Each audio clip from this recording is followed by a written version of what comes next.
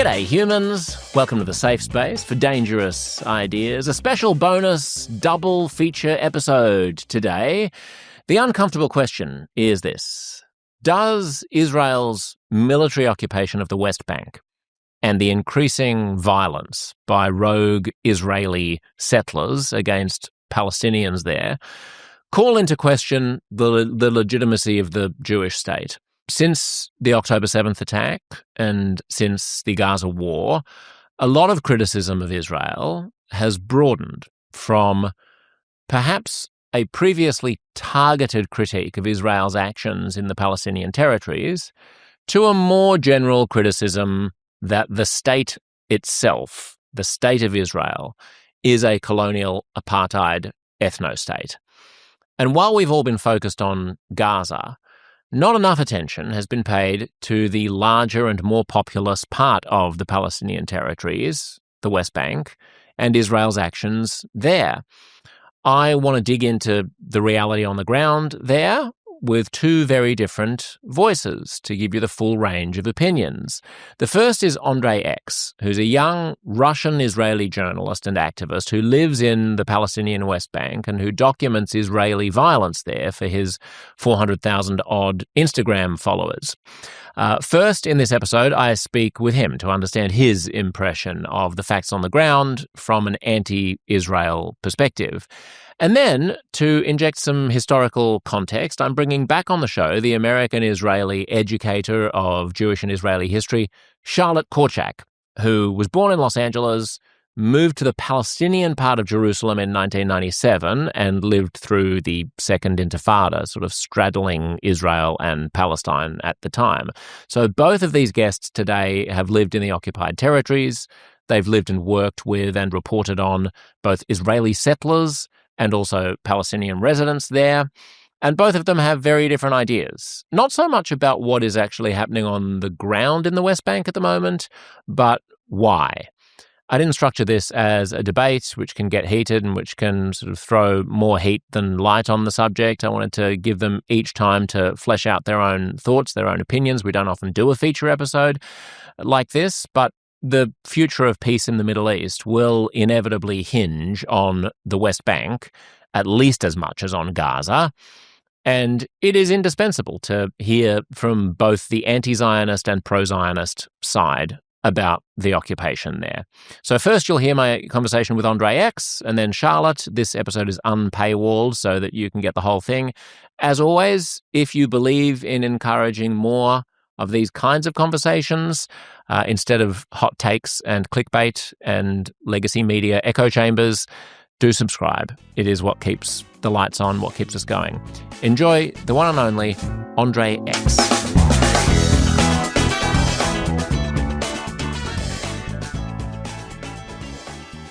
Just tell me a little bit about, so where do you live? What is your life like? What do you do? I mean, I live nowhere in particular. I have an apartment in a Palestinian city in the West Bank. I generally don't say which in order to prevent targeting. Sure. But like, I don't really live there either. I move around all the time. I don't really stay anywhere for longer than a couple of days. And yeah, what I do is I cover West Bank army and settler violence against Palestinians, and this is what I've been doing full time for the past year and a half, and on and off for the past 2.5 years. Are you a journalist? Do you think of yourself? What do you write on the customs form when you have to describe what your occupation is? Yeah, I'm a journalist. Yeah. And you grew up in Russia? Yes. I grew up in Russia and I studied in the UK. What brought you to Israel? Initially, it was just, because Russia invaded Ukraine, and there was a sharp increase in repression there. And, being a political journalist in Russia is not something that is particularly fun or safe. So, yeah, I needed to move. You weren't interested in becoming cannon fodder at the Ukrainian front line? Yeah, I mean, like I wouldn't agree to that. I would be in jail instead. But right. But yeah, it's not. So I got the easiest passport that I could. I got the Israeli passport, and at that time I did not know where I was coming to. What did you think you were going to? I had a very cursory understanding of what's going on. Like I knew vaguely about West Bank occupation. I knew vaguely about whatever conflicts, but it took some time of going around and talking to people to become absolutely horrified in what's happening, and just the principles on which this whole country is built. And once I learned more, I realized that like I need to either leave or start doing something about it. What was your first experience in the West Bank? In the West Bank, Like, how does someone? Because a lot of Israelis are completely insulated from, the Palestinian territories. What was it that drew you there and sure. took you there, and what was it like? Yeah, I mean, my very first experience was when I was taken to Jericho by a tour guide, and he like was explaining stuff. And I remember that we were driving by Palestinian Bedouin villages on the way to Jericho, and he was a tour guide. He was like talking about a lot of stuff about like the history of Jericho and whatever. But the only comments that he said about the Palestinian Bedouin communities there is that these are Bedouins, they sell weapons. That's it. That was the very first thing that I heard. It sounded to me like that's not quite right. Like that can't be the end of the story there. Right. But Also, I live in Israel and I come from Russia. I'm pretty sure I'm familiar with countries that sell weapons. We're all in that game. yeah. And then at some point, a friend of mine took me to Masaf to the South Hebron Hills, To where? Sorry. where to the South Hebron Hills. It's the south of the West Bank, a place with some of the most settler violence and land grabbing, which has been going on for a very long time. Um, and yeah, and there I learned more. There I saw for the first time, a sort of a settler invasion and interaction with all of that. And that is a very, very to somebody who doesn't know where they're coming to someone who's not prepared for this, it's very jarring In just what to way? see that happen. It's a very physical confrontation. These people came and they started like physically. Like they brought a donkey to start plowing the land, and then there was a whole like it turned into confrontation because they came to the agricultural land of the Palestinians who lived there, and like it turned into a shouting match and so on. It's like at this point, it's not really surprising to me. It's not like it wasn't much. There was nothing there. There were just people shouting at each other. And then the army and the police came and said that it's like, okay, no one uses this land at all now. And, it was just very jarring, because I had never seen something like this before. And I remember that I came to the activist, who was there, who was sort of the head of us. And I asked her, okay, wait, hold up. How often does this happen? Because in my mind, like this can't be, there's no way that this happens like once every few days, right? Like this has to be like a once in a month occurrence or like maybe even rare, I don't know. And the response was, oh, it happens like 3, 4 times per day. And this was before, I think even before the election of the current government. I think that was under the quote unquote liberal previous Israeli government. So long before October 7th. And yeah. And paint the picture for us, Andrey. When you say that they've brought a donkey and they're trying to plow the land, who's the they? What do the settlers look like? Are they ultra-Orthodox dressed? Are they dressed in normal clothes? Do the Palestinians, what do the Palestinians look like? Were the Palestinians on the land? Like, what were you seeing? Um, what do the settlers look like? I mean, it depends. But they have a certain style of dress to them, which is not, it's like, this is not ultra Orthodox. This is like religious. But here it's called Dati Leumi, national religious. the movement, and they have like a specific type of dress to them. They wear these knitted kippas.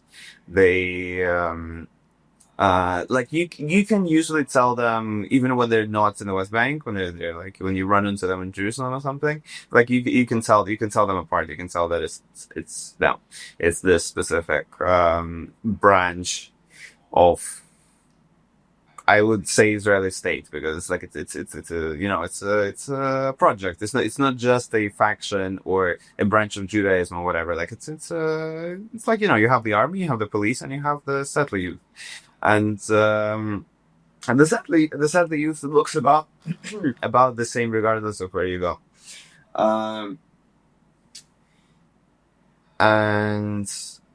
Yeah, so at some point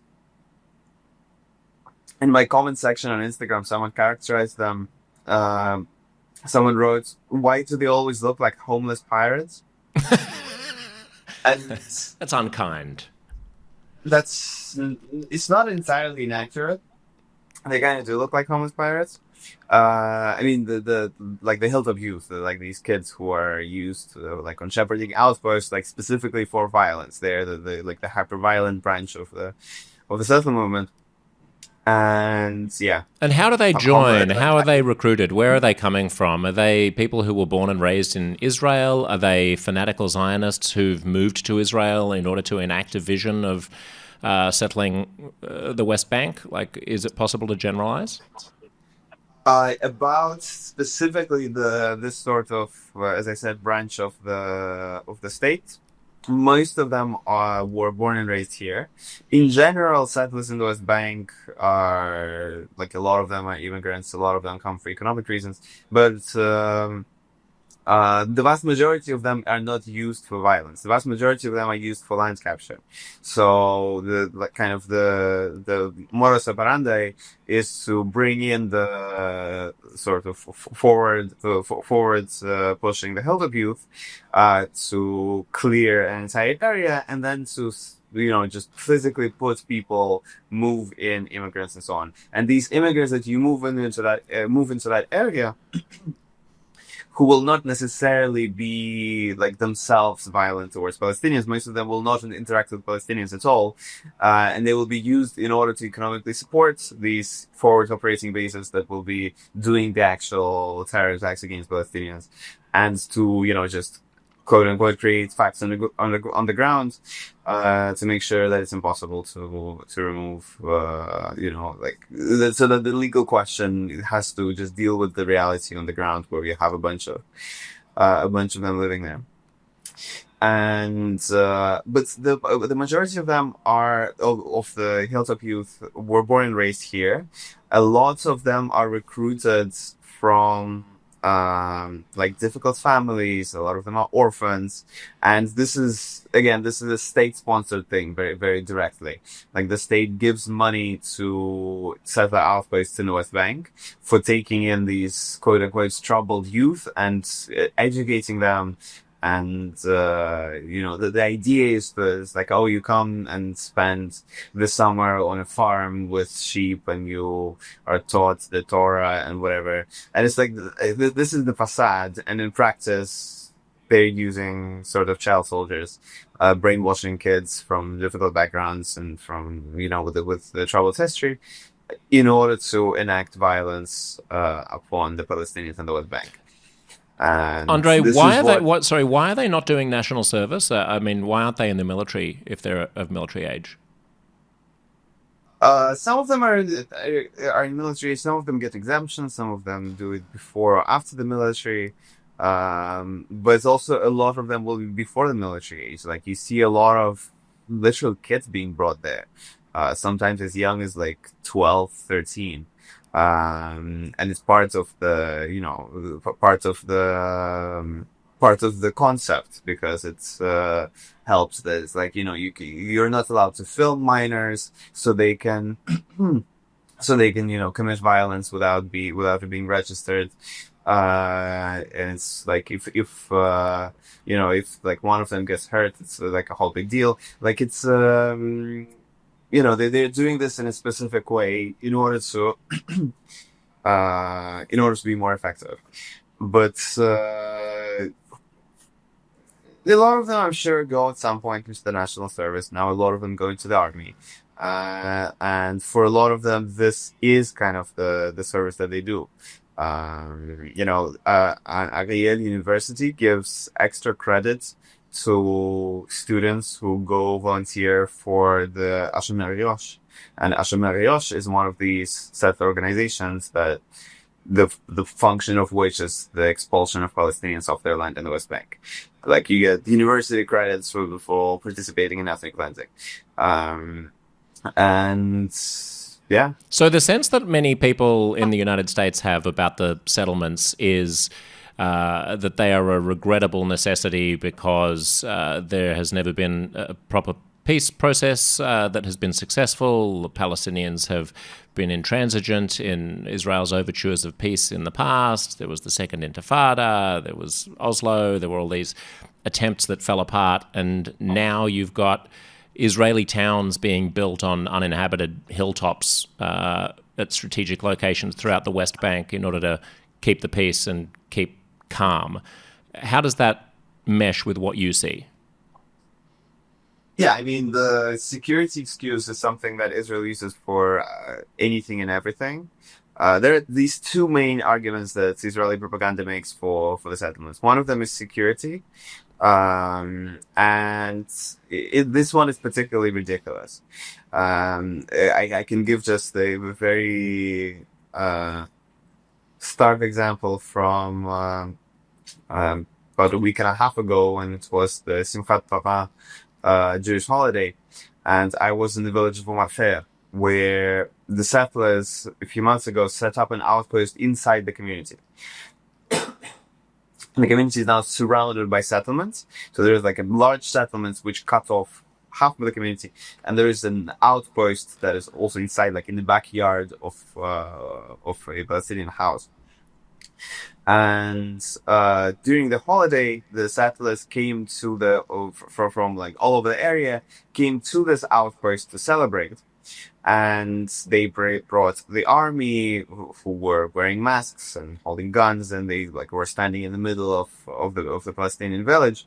And the settlers brought the children and whatever, and they were praying and dancing and hanging out in their outpost inside the Palestinian village for a long time.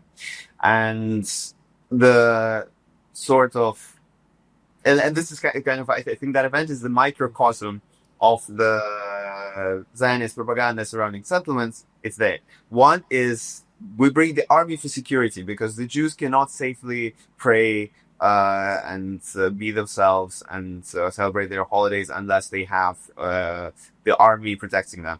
And two is just about the Jews returning to their lands. They're not doing. They're like, this is all they want, and the Palestinians want them out.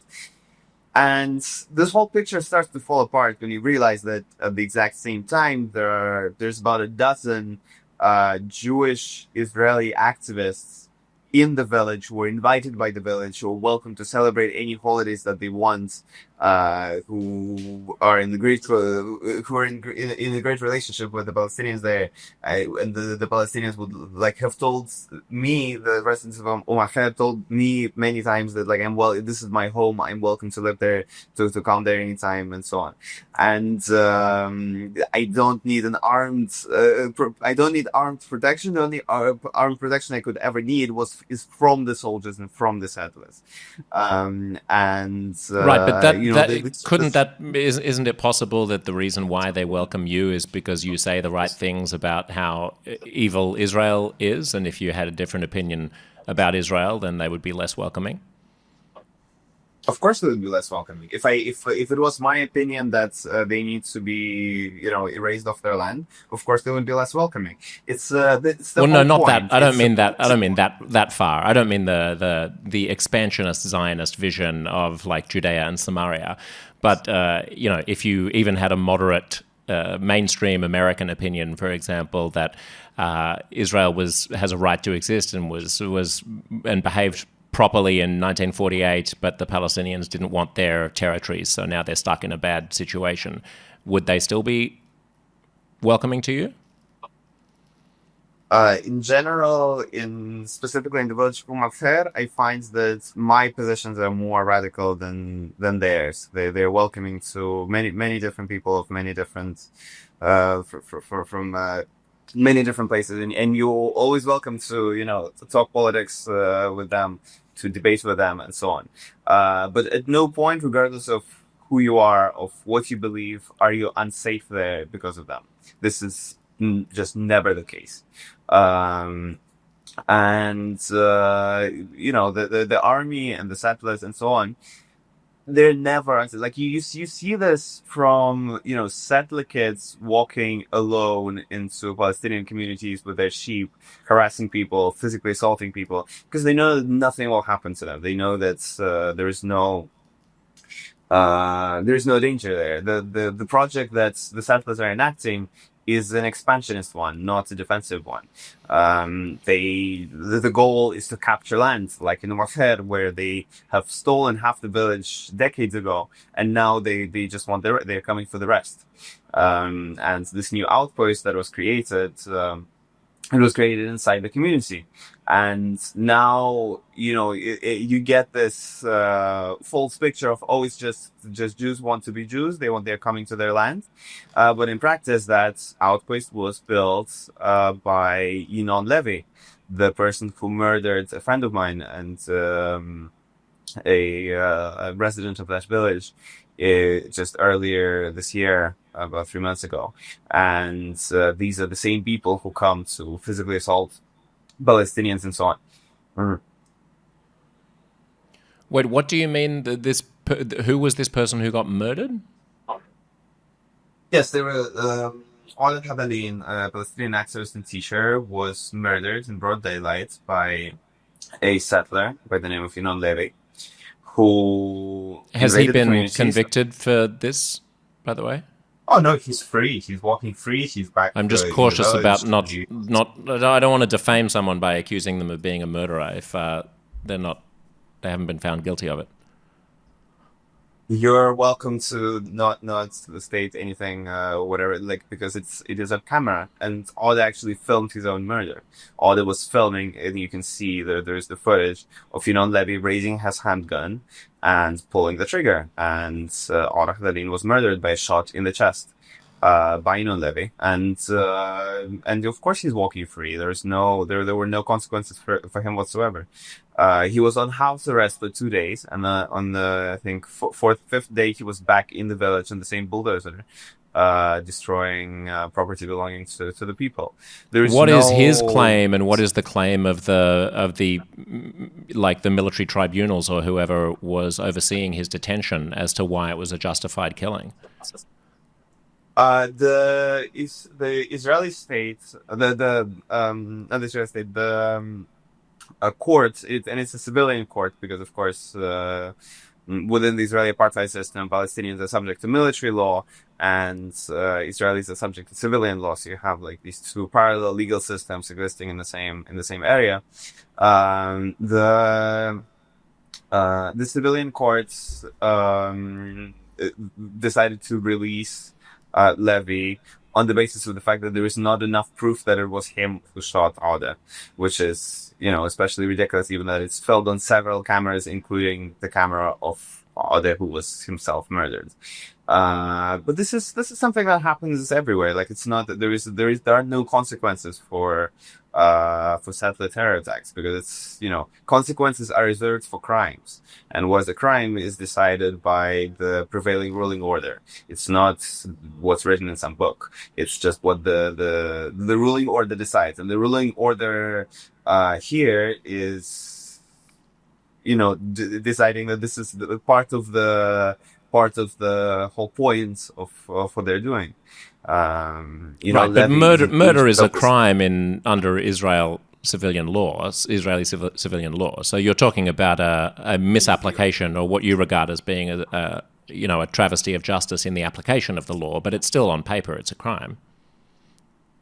Yeah, but what is on paper is not what is in reality. There was a big debate about this in the 19th century about what is a constitution.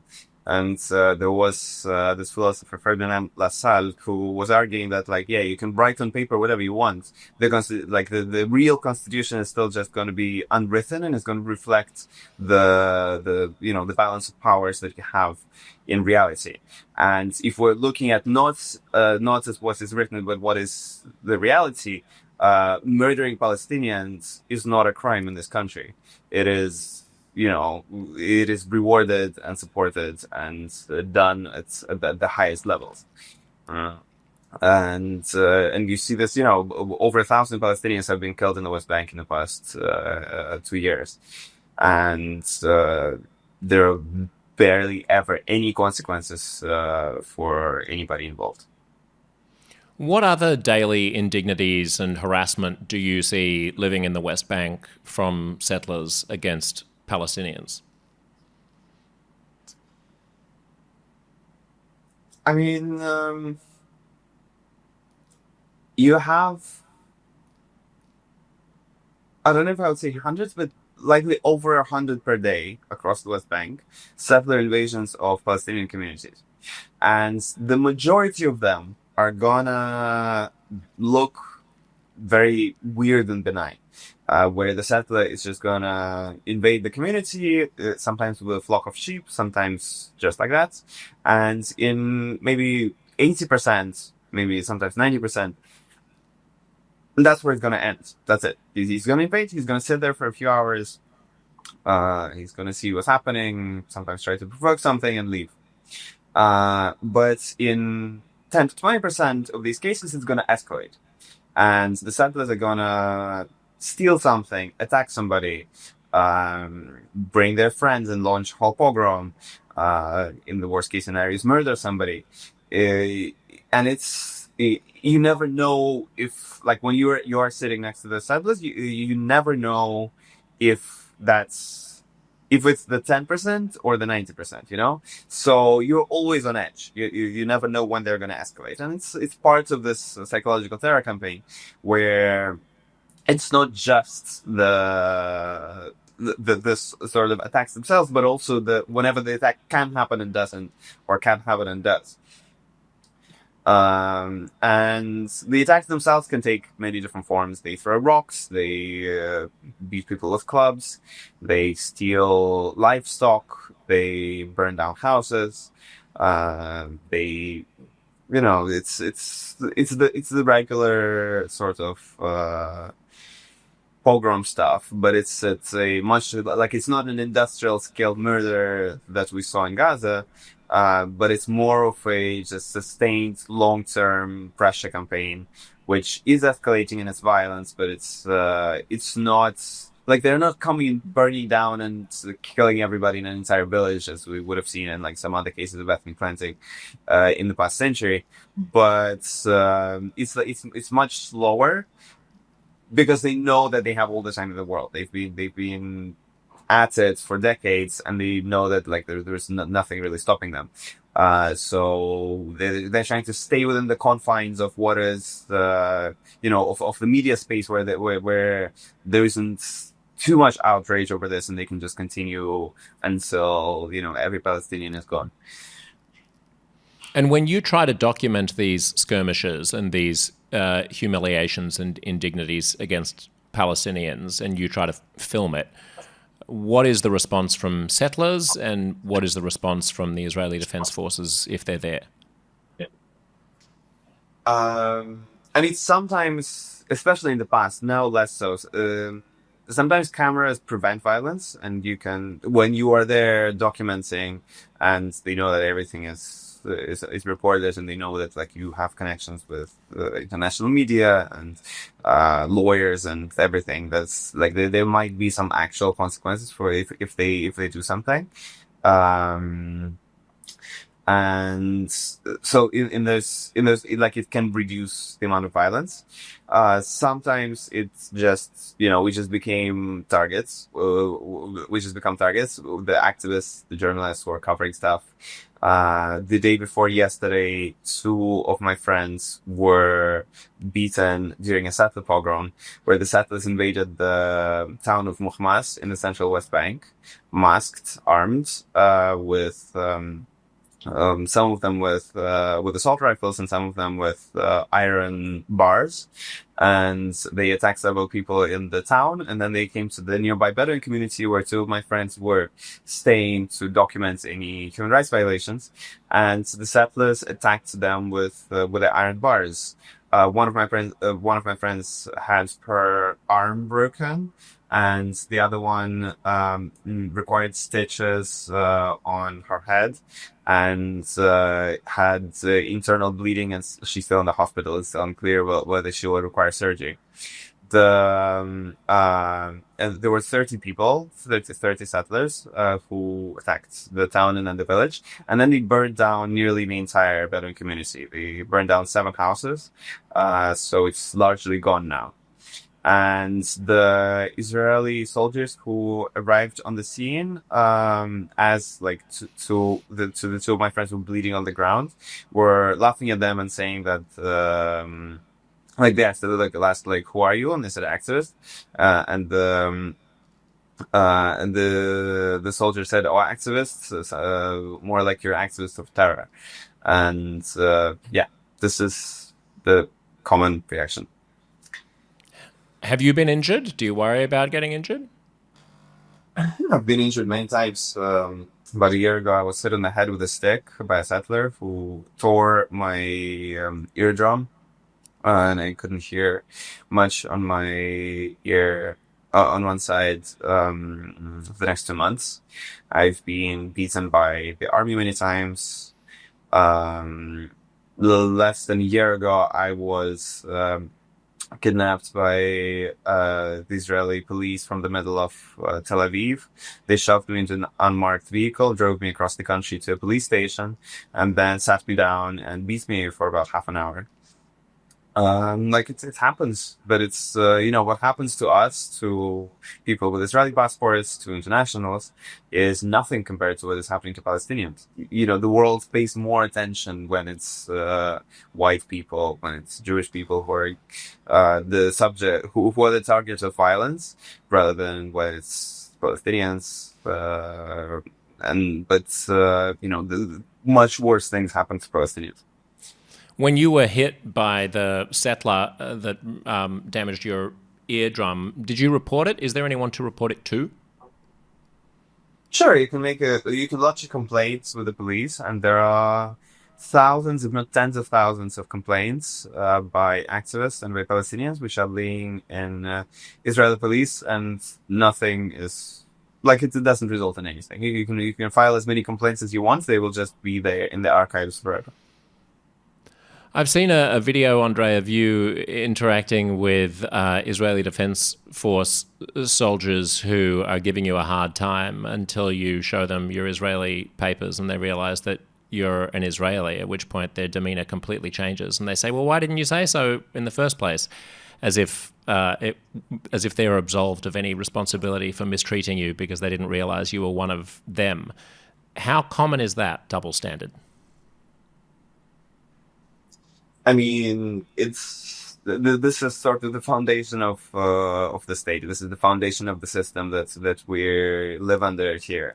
You have 2 types of citizens. You have the sort of you have the ethnic elite, and you have the subhumans, and this is and the intensity of this distinction depends on who you're interacting with. For a large proportion of the settlement movement, and for a large proportion of the army, and for a large proportion of the government, it is a very like blood and soil biological distinction where you have the master race and you have the subhumans, and you need to exterminate these subhumans in order to free up the living space for the master race. And this is like something that they're saying very explicitly. But even when you're getting down to to places where like personal ideologies don't matter, where it's a systemic thing, where everybody's just following orders, this distinction stays. You have in the West Bank, you have roads that are settler specific, and Palestinians are not allowed to to drive them. Every Palestinian city is surrounded by a bunch of checkpoints that you have to go through in order to enter and exit, which are closed at will. And yeah, and you just see the difference when you're crossing any checkpoint, when you're going somewhere. In the treatment that's in the soldiers' treatment towards you, and in the soldiers' treatment towards Palestinians, and it's night and day.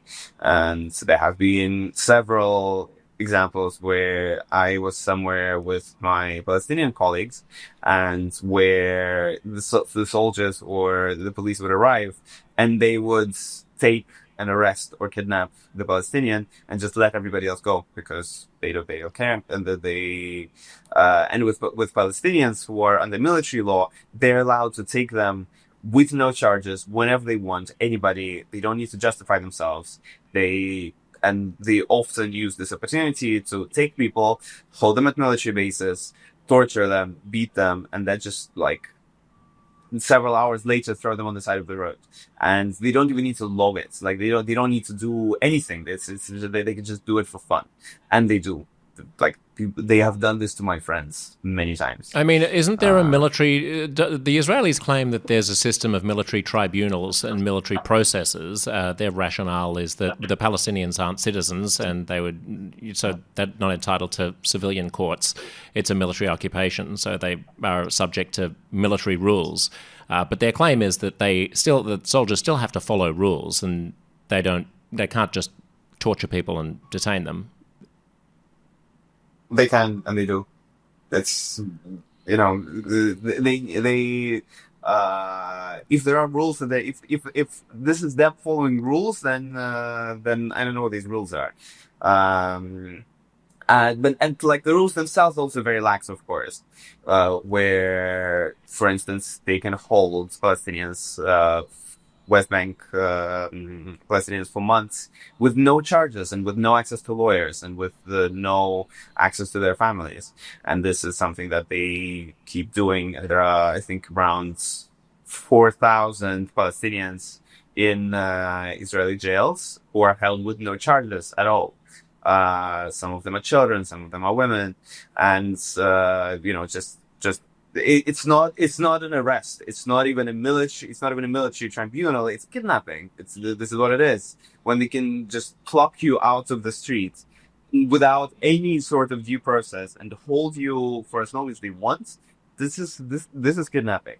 And Andrey, a lot of people will be thinking military rule sucks, occupations suck. If the Palestinians wanted their own court system, their own justice system, they could have agreed to have a state in the 90s. They could have negotiated in 2002. They could have not walked away again in 2008. If you keep blowing up buses and rebuffing every attempt at a two-state solution because you want the whole of the Palestinian mandate for yourself, then you're going to end up in a sucky situation. But them's the breaks. Palestinians have never, in the history of this land, have never had the power to decide anything. There have been places where Israel has been forced to the negotiating table, and the only places where Israel has been forced to make concessions. But throughout this whole period, since before the foundation of the state, there has been one actual side which holds the power here. At any point, Israel could have decided this, decided that, forced this solution and that solution. But Israel has never been interested in any sort of equitable solution, because from the beginning, the concept was to create an ethnic state, which is based on, ethnic supremacy of only one group of people. And the other group is an obstacle to that. And even the sort of more liberal or leftist Zionist thinkers and actors in the past century have sort of acquiesced to that reality that there needs to be for all their democracy and liberalism, they want a state which is based on ethnicity, and that makes every Palestinian an obstacle. Yes, So but ever I since, understand your criticism to be criticism of the occupation, not criticism of the way that Arabs are treated in Israel proper, right? I mean, in 1948, yes, the vision of Zionism was a vision of a Jewish homeland where Jews would have dominance, but there was no expectation that they would be living on top of all of the Palestinians in the West Bank and Gaza. That was supposed to be a separate state, and then Jordan invaded, and Egypt invaded, and they occupied them for some decades. But are you saying that the principle of Jews having self-determination is objectionable, or the way that they are exercising dominion over the West Bank is what's objectionable? so you have, in terms of the concept of living on top of somebody else's land and ethnic cleansing and so on, this is something that has been done throughout the existence of the state. This is something that began before the existence of the state. The ethnic cleansings in Galilee, the expulsions of Palestinian farmers and shepherds, began at the end of the 19th century with the concept of Apartheid, where new coming landowners would just kick out families from their lands in which they had been working for centuries. And this is something that continued into the 20th century and then escalated in the 20s and then escalated into a full-blown ethnic cleansing campaign in 1948.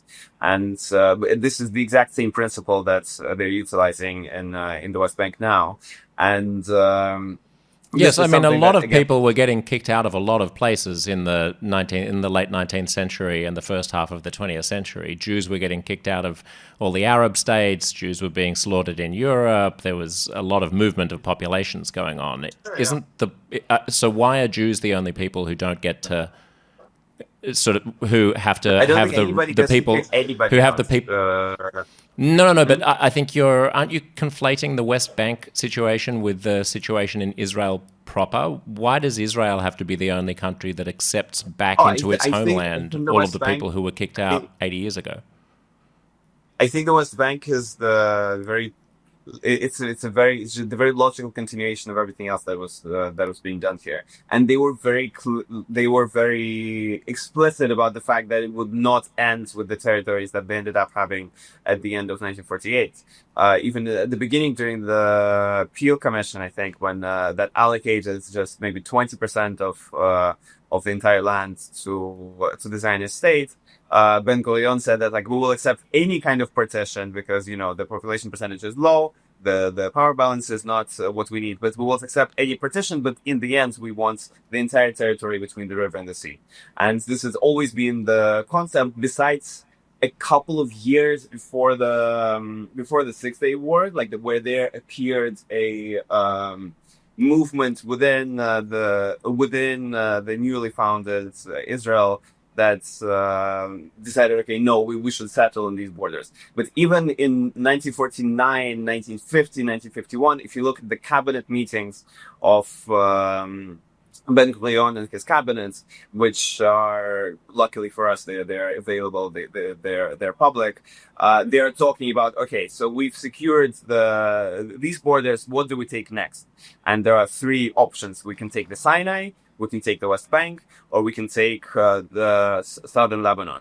And it's always been the plan has always been to expand and to capture more land, because the plan has always been to hold exclusive ethnic sovereignty over the entire land between the river and the sea.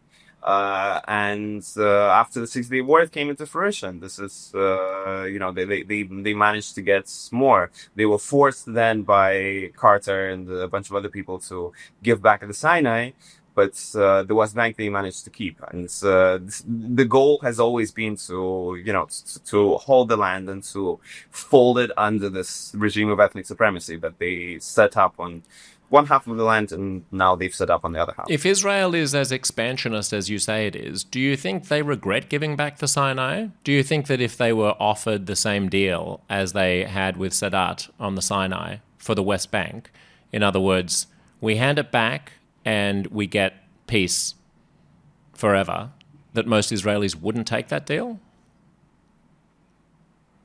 I mean, the state would definitely not take that deal. The Well, government right would now definitely not take that Netanyahu, deal. yeah, In terms of is a corrupt little hack. But we're talking sure, about I the think that principle of no, Zionism. maybe no,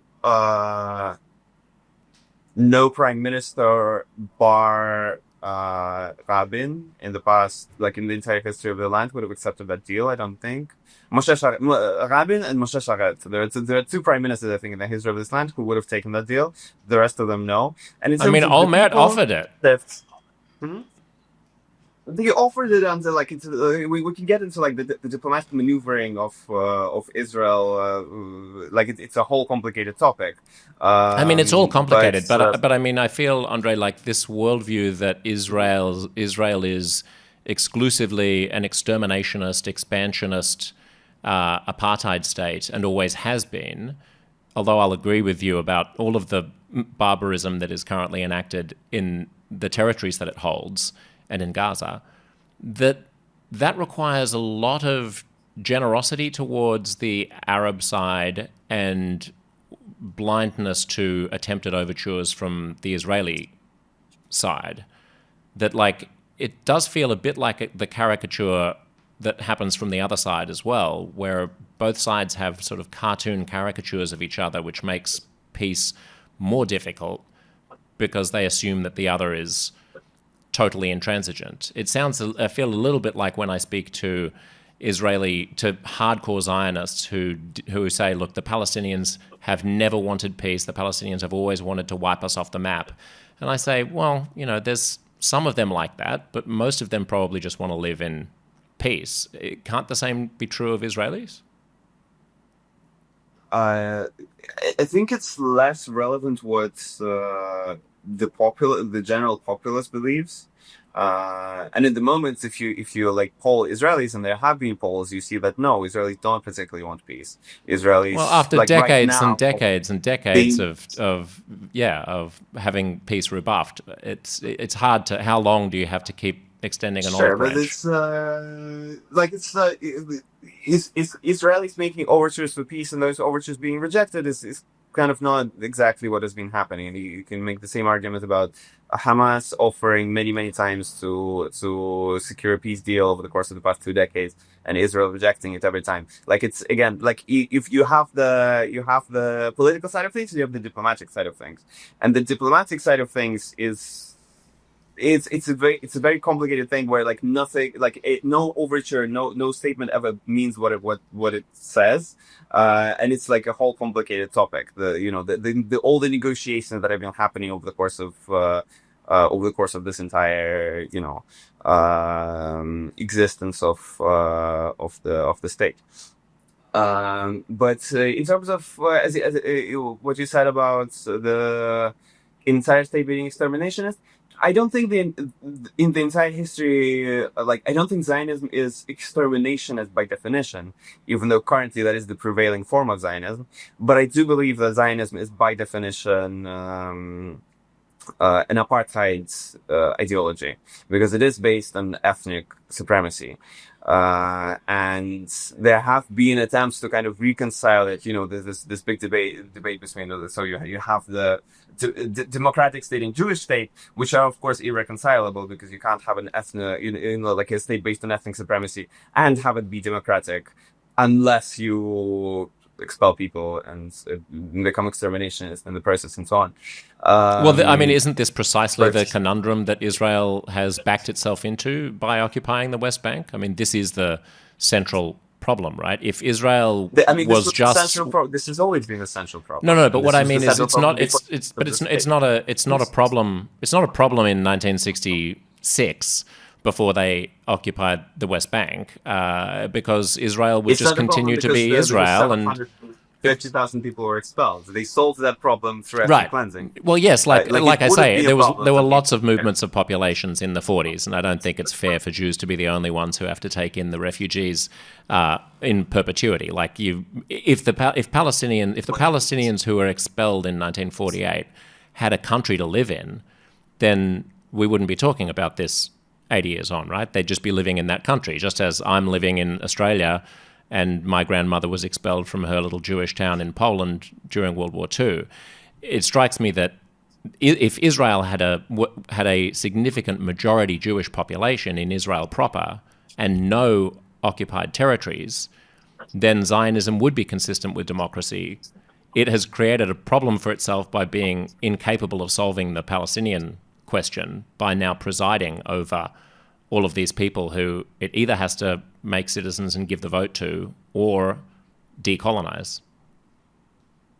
But it's kind of the continuation of the same problem, isn't it? And it's being solved in the exact same way, where the problem is a presence of a population which is breaking your ethnic majority, which you're trying to solve by ethnically cleansing that population. It's the exact same thing that they did in the territories that are now internationally considered Israeli territory, and this is what they're doing now in the rest of it, in the West Bank.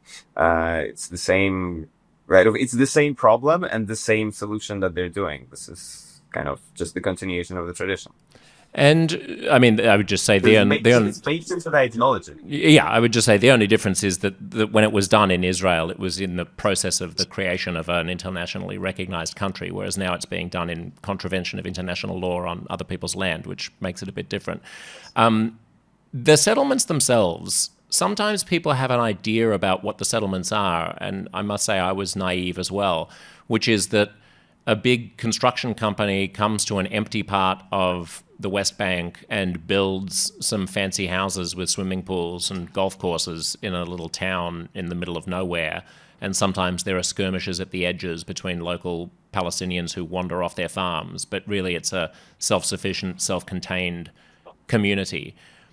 To what extent is that true? And to what extent are people coming into pre-existing structures that are built and actually occupying them? Like, what is a settlement? I mean, I think the majority outside of East Jerusalem, in East Jerusalem, there are a lot of cases of just physical houses belonging to Palestinians being taken over. In Hebron, also you have that, where you have entire Palestinian families being kicked out of their houses and the settlers moving in to live in them under guard of the army. But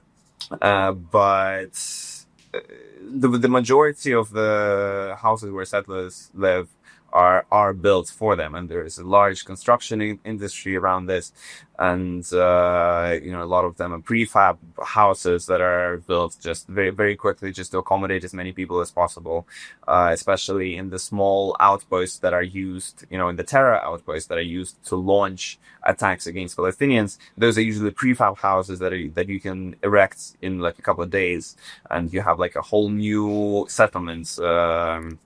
A small one, but an effective one. It's becoming a terror outpost for the area, and of course, all of them are built on land that belongs to somebody. In the case of Khair, as I said, it is built inside the community, like it's in the back of a house, of a Palestinian house, and it's not.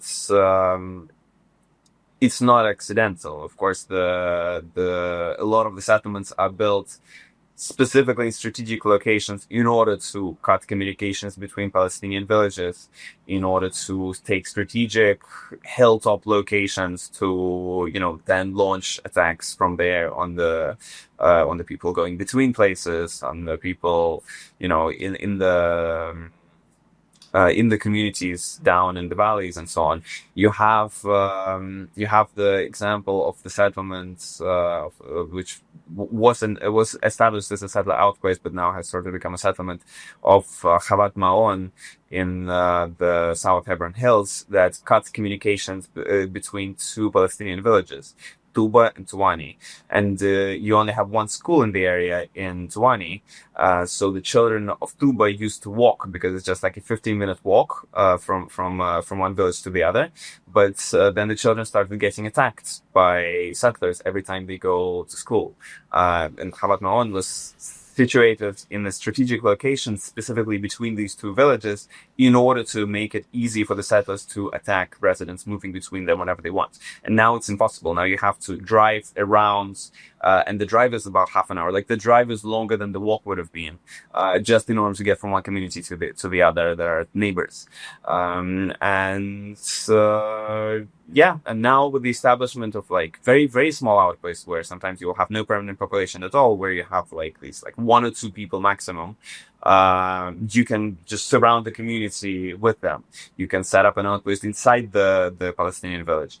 And like with the outpost, the explicit goal is to just clear out as many people as quickly as possible. And then on top of that, you move in regular, just like regular civilians who are and then they turn into these big settlements that have the reputation of just, oh, this is a quote unquote good settlement. This is okay. They're just living there, and most of the time they will be just living there. They, as I said, they won't do the violence. They won't even interact with the Palestinians 99% of the time, but they're going to be instead the sort of supply depots of the armed settlers, and just the location of land capture. So, Andrey, we have sometimes seen a freeze on settlement building being part of an Israeli concession to various peace processes. Now that there is no peace process whatsoever, what is the pace of settlement expansion that you see? I mean, it's unprecedented. Right now, you have the highest rate of that. It's been going. Sometimes it's been slowing down. Sometimes it's been speeding up over the course of the whole of the past 6 decades. Right now, it is at its peak because you have settlers controlling, like you have West Bank-based settlers in control of the government to a large extent, and they are putting more resources. They have more resources available to them than ever before. So now it's the highest rate of violence and the highest rate of settlement expansion we've ever seen. I have friends in Israel who are definitely not expansionist, and they're not bigoted people. Most of them are Labour-supporting peaceniks, but they have a fatalistic sense after October 7th of, you know what, we got rid of the settlements in Gaza, and yes, we can quibble all until the cows come home about how stymied Gaza was by the blockade and by having to live under the conditions that it was living in, being surrounded by Israel and Egypt, not exactly being supportive of Hamas. Nonetheless, they feel like that was the lesson about why you need settlements, and that was the sad reality of Hamas is now apparently more popular in the West Bank than Mahmoud Abbas is. So if we removed all the settlements, what becomes of the West Bank? And do we just end up with a gigantic Gaza and a gigantic Iranian-backed terror regime in the West Bank? Do you think they're wrong in those fears? I think that's I think that they're like it's the truth in the exact opposite direction in that sense. I think for as long as there is violence, oppression, and apartheid that Israel has been enforcing here throughout its existence, there will be resistance to it.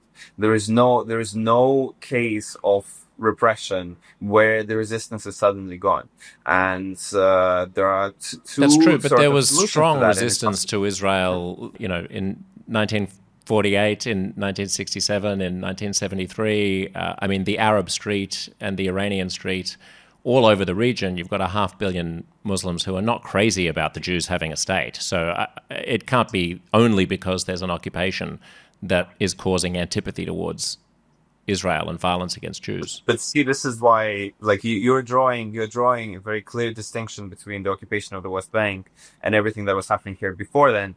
I don't, and I feel like this is a good example of a reason why I don't, because the resistance that you had to like the resistance to Israel that you had among Palestinians before the occupation of the West Bank is resistance based on the exact same reasons. It's because this process that we're seeing in the West Bank is the exact process that was happening in what is now internationally recognized Israeli borders before 1967. It was by the people who were dispossessed, who were second-rate citizens, who until 1966 were directly under military law. So you had the exact same system as of that you have, where you have ethnicity-based governance, where a group of people is under military law, a group of people are under civilian law. You had that for everybody and before 1966. And of course, do you mean in the West Bank under Jordanian control, or do you mean in Israel? No, I mean in Israel. In Israel, there was a military, like Palestinians. Every Palestinian citizen of Israel was under military law until 1966. But if your argument is that the way that Palestinians were treated 60 to 100 years ago justifies resistance against Israel today, that's just not going to be palatable to any prospective peace process, because it means that there's nothing Israel can do, actually, that Israel could withdraw from the West Bank completely and it would still have the ire of all of its neighbours and would still feel vulnerable because they still have a legitimate gripe about having been driven off that land in the first place. And this would make that the only conflict where the people who were driven off their land in the wake of World War II have a claim to continue picking at that scab and seeking redress and seeking to go back to that place. It would be like me going back to Poland and expecting to be given land in Poland because my grandmother was driven off it in the 1940s. Like that can't be the solution, surely. If I'm not mistaken, based on the fact that your grandmother was driven out of Poland, you can claim you have a claim to Polish citizenship, which is the regular process everywhere in the world. I don't think so. Who have been expelled and their like refugees have their this is in the UN Charter. Refugees have the rights. The descendants have the rights to return, and this is the whole concept. Like the state of Israel is founded on this concept. It's just that it's not a couple generations. It's like dozens of generations down the line. It's being the fact that your ancestors are from somewhere means that you will have some sort of claim to living there. But to answer your question at the beginning about justifying if events 100 years ago justify resistance now, no, I think that throughout the existence of the Zionist movement in this land, it has been treating Palestinians in about the same way, as an obstacle and as as something to overcome in order to achieve the idea. And that inevitably has been leading to resistance in the past, and this is inevitably leading to resistance now. And the only thing that is going to stop this is the dismantling of the system of ethnic supremacy. And this is something that needs to happen both in the West Bank and in the internationally recognized Israeli borders. There needs to be complete dismantlement of the apartheid system that puts one ethnic group on top and the other at the bottom. And I think that true justice in this land can only be achieved through a right of return, of course, because, there are still people alive who were expelled here in 1948.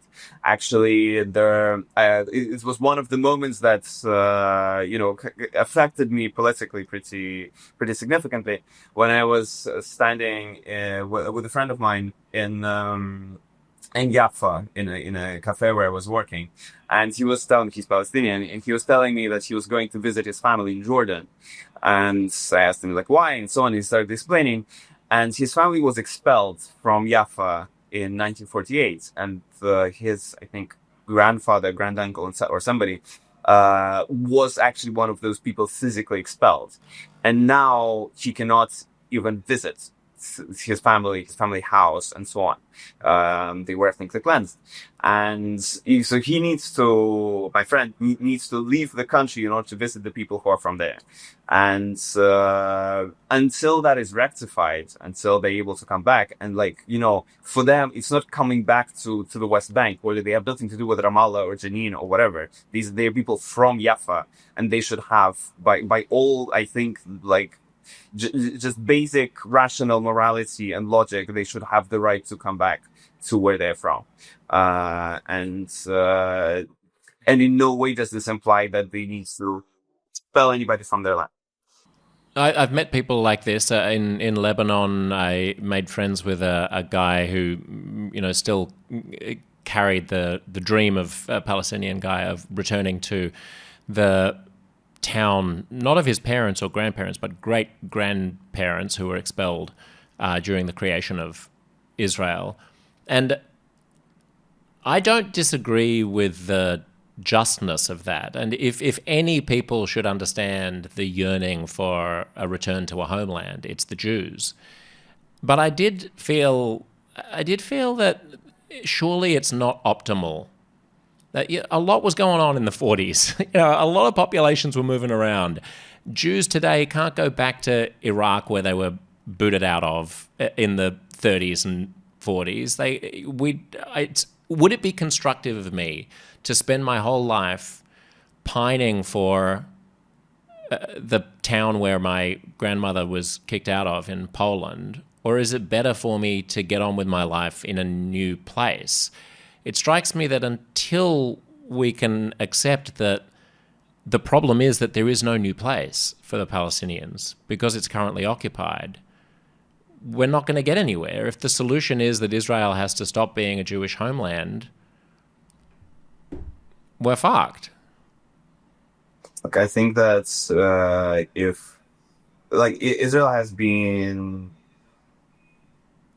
sort of counting on this. There are a lot of Zionist leaders who are talking about, it's like, oh, we just need to kick them out. We just need to get them to leave. And then it's like the time will pass and they will acquiesce, and the people who are still in the borders will acquiesce to the fact that they're ruled by another ethnic group with a state which is based on ethnic supremacy of somebody else, where they're a minority in their own homeland. And this is something that they've been counting on for the past 100 years, more than 100 years. And if this is how they want, and all this has resulted in is permanent war and permanent resistance. If the Zionist movement and the Israeli state are counting on the fact that Palestinians will just leave and will forget about their homelands and will forget about... No. Sorry, you misunderstand me. I'm not saying the Palestinians should leave. I'm saying that the problem is that the occupation of the West Bank. That if it has to be so. If Israel pulls all the settlers out tomorrow and dismantles all the settlements and says, all right, you've got it, you have your own state, we announce that you now have a state. If that would not be enough to satisfy Palestinian dreams, then nothing would be, short of the erasure of Israel. Right? Israel has been trying to, following in the footsteps of Zev Jabotinsky and his idea of the Iron Wall, has been trying to beat the Palestinians into submission, but that's not going to work. That didn't work in any of the projects of, ethnic supremacy that have existed before, because for as long as you have this kind of suppression, for as long as you don't have actual justice and equity and emancipation, you will have resistance to that oppression, and you will have people fighting back. The only power that has any decision-making power in this land, which is Israel, realizes that there will be permanent war. I'm going to let you go because I know that we're losing our connection a little bit. It makes me sad to hear you say that, because I think that it would be music to the ears of people like Smotrich and Ben-Gvir, because to them it proves their point that nothing short of the annihilation of Israel is going to be adequate for their enemies, and that actually the settlements and the occupation are just distractions, that the main game is for there not to be a homeland for Jews. Do you worry about that? about the fact that this worldview plays into it strikes me as similar to the worldview of the far right in the sense that the problem is not the... I think there's a very fundamental difference between demanding a state of ethnic supremacy and demanding justice and equality for everyone who lives in this land. I think there's a fundamental difference between those two worldviews. Andrey, thanks again for your time. It's lovely to talk to you. Thank you very much.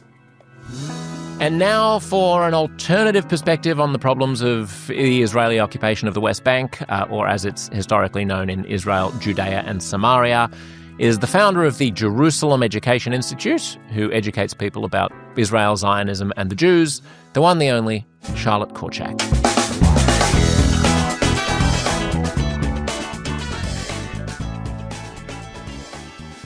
I don't know if you had a chance to listen to I did. I listened to it literally had. Leading up to this, actually. I was cleaning and I was listening, so... Were you yelling at the half the time, furniture while you were cleaning? Mainly, look, I think it's really important to differentiate between someone who's a scholar on a topic versus somebody who is coming at it from a lived experience of what he sees and what he hears versus research. And I think the challenge that I had with him was just there was a lot of conflation of things. Like, you would ask, how's a settlement built? And he jumped really quick from like what a approved settlement would look like in terms of its construction immediately to like an outpost without showing any differentiation between the two.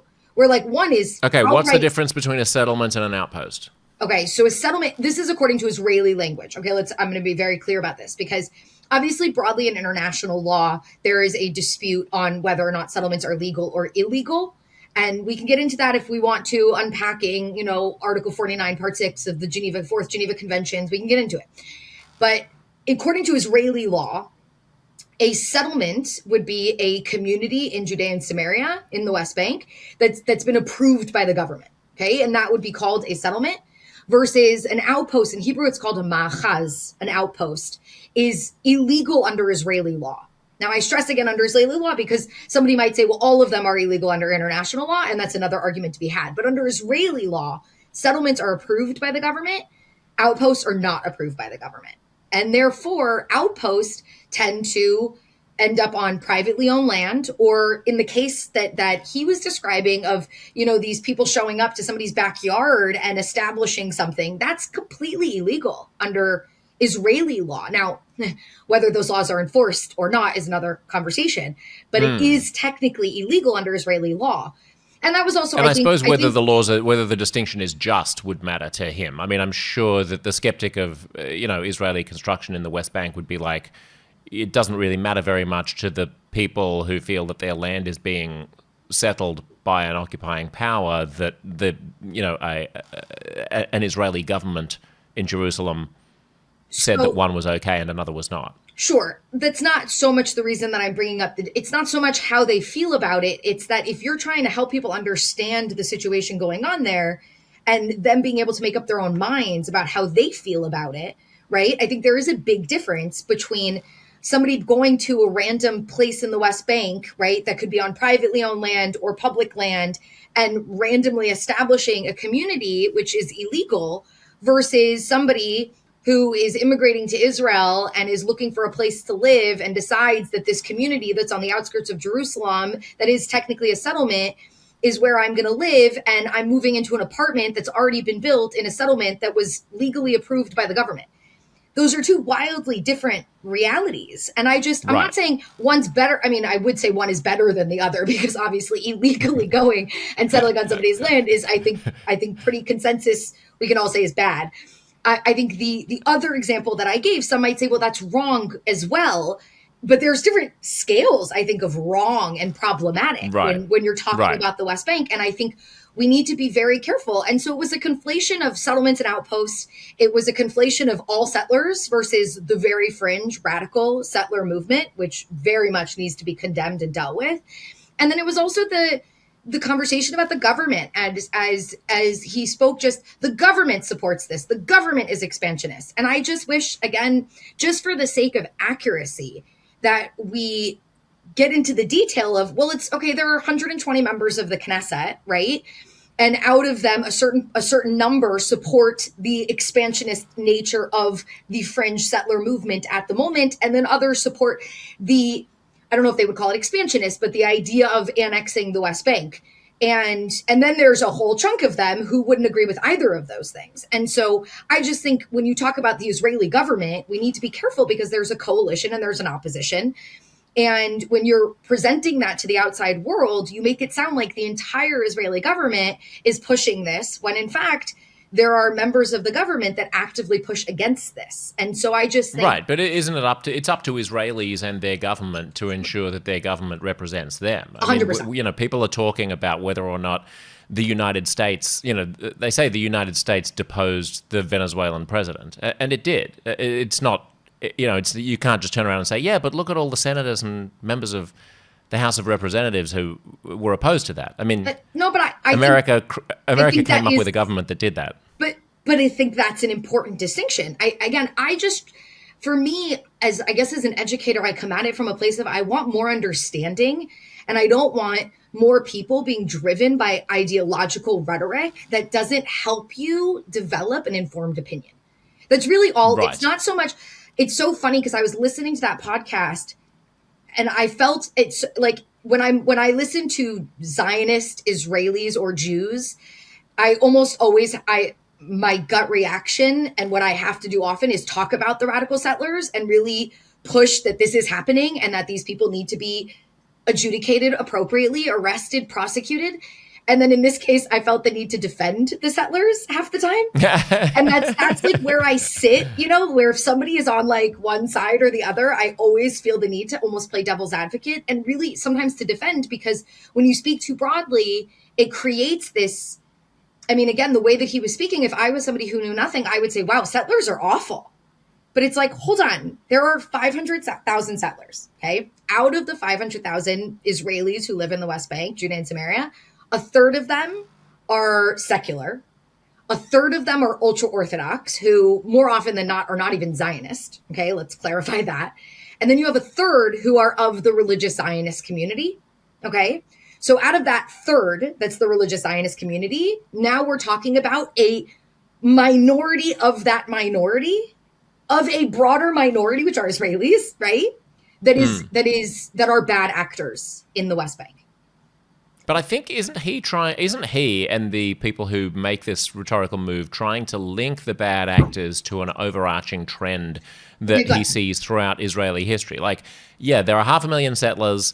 They're not all bad, but they are all living on land that would become part of Palestine were a two-state solution theoretically to be drawn up along the lines of the 1967 border. So, sure. There were lots of people in... there were lots of nice white people in South Africa under apartheid who were not bad people, and they wouldn't have committed violence against black people, but they were willingly complicit in defending a system that was unjust. I think that would be his argument. I would say there's that category of white people in South Africa, and then you have the category of white people in South Africa who actively, at sometimes risk of their lives, fought against the regime, right? Right, but very few people who have that attitude towards Zionism and Judea and Samaria would be living in settlements in the West Bank. So that's, I think, where we need to unpack who settlers are. Because I think the idea of like, well, they knew, okay, well, what about a good portion of them who were born into a settlement? Who had zero choice, right? Their family moved there in the 70s. They were born in the 90s. They're now in their 20s, 30s, and they have a family. And that was just the neighborhood that I was born into. This is where I grew up. This is what I know. So when I got married and I had and I needed to build a life, this is where I built my life because this is where I was born. And for them, the element of the expansionist nature of it or anything else, and let's also go back, right? Let's go back and really unpack how settlements came to be, okay? Because there was the conversation that you had about, well, Israel says that it was for security, okay?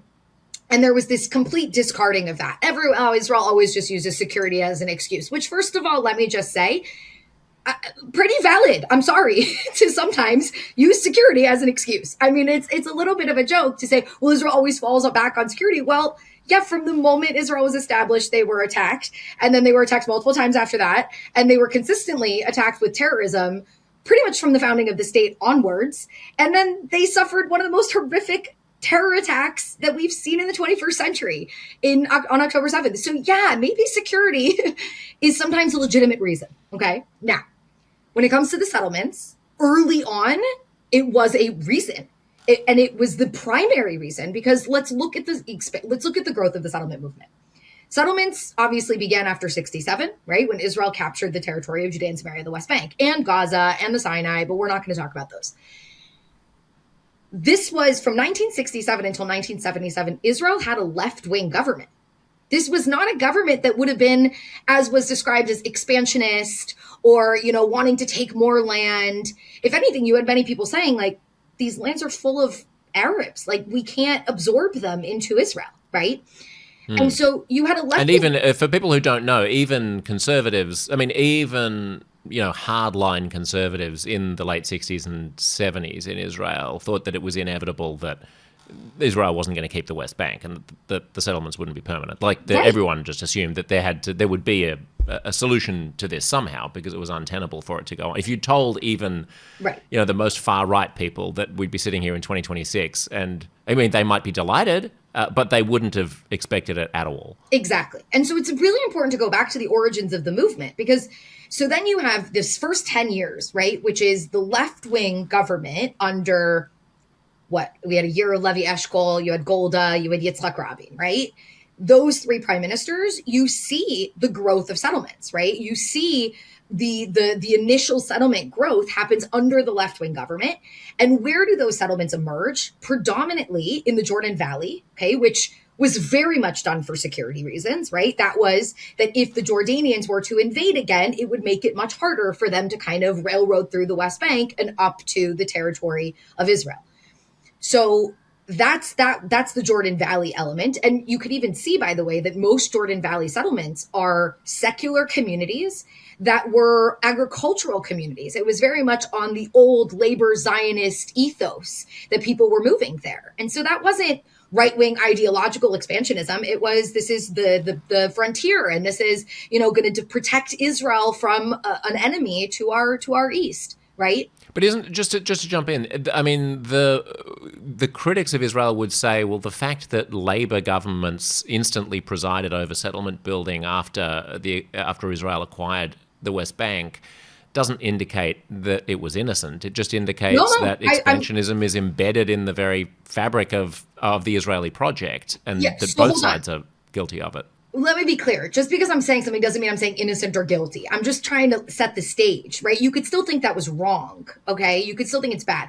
The idea that it was part of... No, but I guess what I mean by innocent, just to clarify, yeah. I just mean there are a couple of alternative reasons why Israel might have done it, might have built settlements in the first place, right? One would be, what I'm calling innocent is the explanation that they'd just been invaded and they wanted to make sure that it would be harder for Jordan to invade them again. The less innocent explanation is, and if possible, we'd like to acquire all of this land as well and create facts on the ground that make it impossible for a two-state solution to emerge. Sure. Right? The innocent version is complicated because if it's just a military question, why didn't they just build military outposts and put military assets in the West Bank without having people move there? So there's actually a military philosophy that says that if you want to protect a territory, it is much better to put civilians rather than just military. You can look up this philosophy. It's not like something that Israel just came up with. It is a legitimate military theory of, if you want to protect your homeland, it's much better to have population rather than just military. So there is a actual valid, legitimate reason. I mean, what I find interesting about the expansionist argument broadly, and then we could go back to what we were just talking about, is from Israel's founding onwards, all we have seen is them give up territory after acquiring it, not the other way around. So I'm just confused about that argument broadly that was being made, because Israel gained... Well, I mean, but that just requires you to exclude the West Bank and Gaza from your calculus. No, just the West Bank. Just the West Bank. With all due respect. Wait, they've given back more of the West Bank than they've taken since 1967? No. The only territory... after 1967, Israel gained the Sinai, the Gaza Strip, the West Bank, and the Golan Heights, right?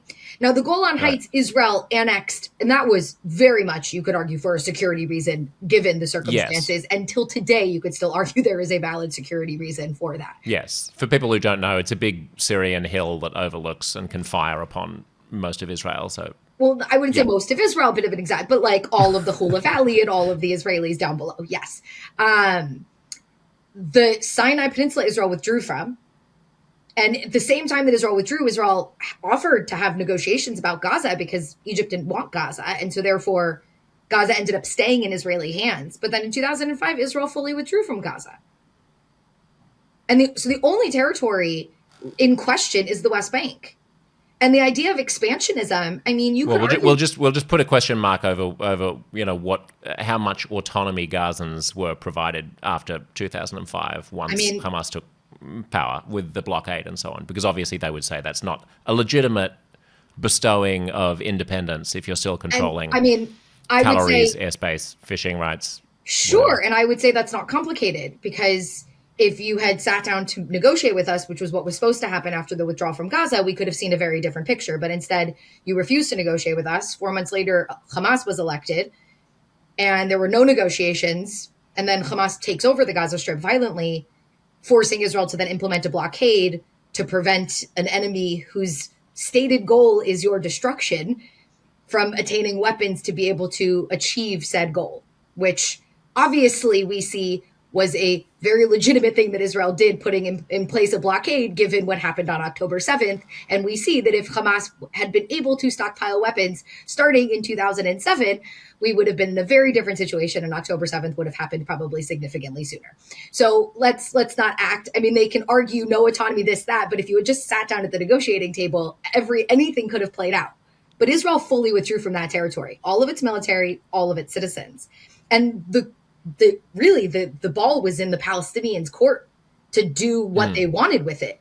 And so I should add also, certainly, even if what people want to infantilize Palestinians by saying that they didn't have a choice because they were victims in that scenario, the ball was certainly in the Arab world's court because there's also a border with Egypt. So the Arab world could have done via Egypt whatever it wanted to in Gaza, as long as it wasn't completely offensive to the Israelis, like giving them rockets or something like that. But it could have, rehabilitated Gaza in 2007. Yeah, that's all. I mean, I think it's such like a misreading to say, well, but Israel implemented a blockade. Well, of course, after Hamas violently takes over and kills their own people, you imagine that we're going to stop them from being able to import weapons to the territory that we just withdrew from. I mean, I don't know anyone who would sit there and look at me. I mean, I know a lot of people who might look at me and say, well, you should have just let them do that. And I'm going to say, no. Like, the whole point of a Jewish state is so that we can defend ourselves from these kind of threats and implement. Well, I mean, there would be people who would quibble with whether the blockade was exclusively about weapons or whether it was also intended to punish Palestinians for having elected Hamas and try to make life difficult for them. I think that's fair. And I think then we saw in 2010, the loosening of the blockade demonstrated that that could have been done and that maybe there was more punitive elements to it in the early years and less punitive elements in the later years. But the idea of whether or not a blockade needed to be implemented, I think is anyone who tries to argue otherwise post October 7th, I think is literally just telling me Israel should have just laid down and let them kill you, which people have said that to me before. So I wouldn't be surprised if people would say that to me now. But I'm just saying that's ultimately, the harshness of the blockade can absolutely be debated and disputed. The need for a blockade, I think, I feel like that ship has sailed for any rational human being who doesn't want to see Israelis be killed by Hamas. Yeah, and also I should just reiterate on the Egypt question. If you really object to the blockade of Gaza prior to 2023, then you should blame the Arab state that was also blockading Gaza that had much less to lose from loosening the blockade than the Jewish state that obviously had reasons to be more paranoid about Hamas in Gaza. So back to the West Bank. So back to the West Bank. Finish that thought. Well, we were talking about the creation of settlements. So when I teach about the West Bank, there's 3 reasons that settlements emerge. 3 driving forces. Okay, one is security. Okay, and that was the early years. That was not just the Jordan Valley. It was the hilltops of the West Bank right over the Green Line that looked down on the coastal plain. And again, you could argue was security just an excuse, this, that? But you had people in the government who were ideologically opposed to this idea. I also want people to look up the Alon plan, right? Because if you look at the Alon plan, which was proposed right after 67, right after the war, the plan was for Israel to withdraw from most of the West Bank, but remain in the Jordan Valley with a corridor to Jerusalem, which is, if you look at where the settlements were constructed, it really fit that plan. And again, the idea was pull out of most of the West Bank, but maintain that border area just for the sake of for security. So it aligns with that plan if you look at it. And so that was one reason. The next reason, and the driving force for a lot of those people, was ideological, but not religious ideological. It was Zionist, it was labor Zionism, it was that element of it. The next reason is religious, okay? And that's where, at the same exact time that you had the security settlements going up, you also had the push for the Hebron Jews who wanted to go back to Hebron, right? Who owned land, who were kicked out in 29, who returned, but did it without approval from the government, right? They kind of just went into buildings and squatted, and then eventually the government had to pay attention to them. But the government didn't want to. That's really interesting. At the time, the government wasn't approving any construction in Hebron, for example. The same in Gush Etzion, right? In Kfar Etzion, you had the orphans of Kfar Etzion who were evacuated in 48 during the War of Independence. Their fathers and some of their mothers were slaughtered by the Jordanian Legion, and they were never able to return, but they owned that land. It was privately owned Jewish land that had been bought by a guy named Holtzman in the 1930s, and Kfar Etzion is named after him because Holtz in German is wood and Etzion is wood, and it beautifully comes together. But so there was also this element of people who owned land in Judea and Samaria saying to the government, we own this land and we want to go back to land that we owned. That's a legal complication already that we throw in there. And right, so just to clarify this for people, when Israel was founded, of course, there were Jews who were living in the portion of the Palestinian mandate that would have gone to an Arab state had the Palestinians accepted the partition as the Jews did. Yeah. And so those people have it's funny when we talk about the right of return, it always only runs one way, doesn't it? It's the right of Palestinians to come back and live in Tel Aviv, because their great-grandparents were kicked out of Tel Aviv. But it's never the right of any Jews to go back and live in the West Bank, although, their great-grandparents were living there prior to the founding of the state. Yeah. And that's actually the first settlement to be approved by the government in September of 1967 was Alon Shvut, which was the community that was starting to essentially rebuild the community that was Kfar Etzion. Now, Kfar Etzion eventually emerges as a separate community on its own, but that was privately owned Jewish land. And it was approved by the government in September of 67 because it was literally the people who had lived there prior coming back saying, we lived there. And you say the right of return only goes one way. You know what other term only goes one way is ethnic cleansing. Because we throw that term out a lot when it comes to what happened to the Palestinians. And I completely disagree with that characterization. I absolutely believe people were displaced. I believe Palestinians were forcibly removed from their homes in 1948. I do not think that it was part of a policy of ethnic cleansing. I believe it was part of war. But there was a policy to remove every Jew from the territory that Jordan captured and conquered during that war, which was the territory of Judea and Samaria. And they actively went and removed every single Jew from the old city of Jerusalem, from Kfar Etzion. I mean, they just slaughtered everyone. But there was an active removal to ensure that when Jordan ended up having full control and the war ended in 49, there were no Jews left in Judea and Samaria in the West. And this was nothing unusual in the Arab world. I mean, throughout the lead up to the creation of the Israeli state, the Jews were being kicked out of Israel, and out of Iraq and Syria, and all over the joint. Yeah, I mean, not Iraq. Iraq, really, the edicts came down in 1950 that they needed to leave, or they wouldn't be let. It was like, leave now or you'll never be able, or like, we'll see what happens. And the Jews were like, the see what happens part, we're not so big on, so we're going to leave. So it was really an edict that came down later. But obviously, as a result, there had already been many Jews leaving Iraq because of the Farhud in 41 and what was going on there. But most really wanted to stay. I mean, the Iraqi Jewish community had been there for 2,500 years. But yes, we've gone on a tangent again. So back to the reasons. 1, security. 2, religion, people just returning to land that they owned and wanted to live in because they had once lived there before. Now that's a tiny, tiny, tiny portion. Let's be very honest.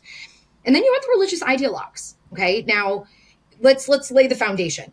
Go back to the origins of modern Zionism. Can I say modern Zionism, not Zionism? Because Zionism, let's be honest, is an ancient idea. But modern Zionism, 19th century, the idea of a Jewish state. With that emerges religious Zionism that comes predominantly from a rabbi named Rav Avraham Kook, right? Who says, well, actually returning to the land is going to be the beginning of our redemption, right? And so we need to do that. We need to encourage that.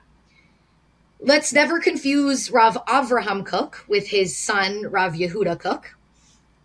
A mistake I always make, Charlotte. I honestly... I'm joking. I've never heard of this before. I'm sure, but I need to make sure that nobody else listening makes this mistake because they were two very different people. Well, not very different, but his son took that ideology of returning to the land and redemption, and he took it to a bit more of an extreme. And then you have other kind of individuals who will bring their religious rhetoric, people like Rav Kahana and others who, starting post-67, we start to see the growth of a more violent, religious, ideological fringe of the settler movement. And I think that's really important because that doesn't mean all of the religious. We said a third of the settlers today are religious Zionists. The vast majority of them are not violent.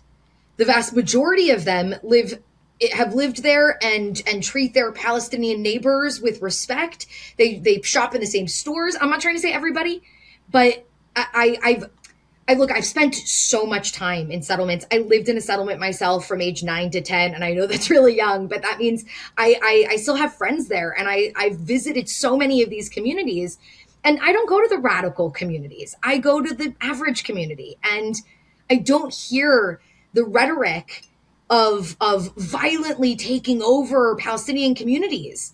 Of course, I hear but if there are, I mean, isn't the claim that there are going to be concentric circles of, I guess, prejudice and violence in any occupation, and that what Andrey and people like him are looking at is the extreme end of the spear, but that when you say that there are, pleasant settlements where the Jews and the Palestinians get along, they're getting along, the claim would be, in the context of one having ethnic privilege and the other being discriminated against. They're getting along the way that white and black people got along in the Deep South, under Jim Crow. That would be the claim. If a white person in those settlements shoplifts, or if a Palestinian shoplifts, there are very different consequences. And or if they get into a street fight, there are very different consequences. I would say to that person, if you went to the grocery store in Gush Etzion that both Palestinians and Israelis who live in the West Bank can shop at,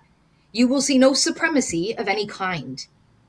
Okay, you will see both Jews and Palestinians working in the store side by side, getting paid the exact same salary. You will see people shopping in the store, getting the exact same products and the exact same treatment. I understand that broadly, there is a system set up in the West Bank that has different rights for different people. Now, hold on. Let's explain that system. Because the way that Andrey goes to the extreme and says it's apartheid is problematic if you actually look at the history of how this system was set up and where it came from. Okay, so let's go back. 1967, Israel captures a territory. We're now in the stage of international law that you're not allowed to capture territory. You're not allowed to conquer territory in war anymore. Okay. And so Israel has to decide what to do. And their initial decision is, let's offer the land back for peace, right? For negotiation, for recognition. And the response that they get from the Arab world is no. Now, let's understand, they're also not negotiating with the Palestinians at this point. The Palestinians are literally still in the process of developing their identity and their nationalism. They took the territory from Jordan, who wasn't the legitimate sovereign of that territory, given that they had captured it in an offensive war in 48 that they were never meant to be involved in, and claimed it as their own, which the world said, no, you're not allowed to do that anymore. So Israel captures it from Jordan and offers it back for peace. They say no. Israel says, okay, we have to set up an administration in this territory. the government looked at the Geneva Conventions, right, and looked at the laws of occupation and set up a system of occupation, of military administration, military occupation over the territory. Now, according to that international law, it says that the people who live in that territory, what would be known as protected persons, okay, which are the Palestinians, that they have to be given, their rights come from international law, right? Here are the rights upon which you have to uphold for the protected persons. And one of those things is also that you have to set up a military court for that population. They cannot be tried in your civil court, right? That would be de facto annexation. You can't do that, right? They're not citizens of your country. So you have to set up a military court system, right? And that's what Israel did, right? Now, add in the element that starting in September of 1967, Israelis start to move into the territory, right? And that's, again, gray area of international law. And Israel, to be able to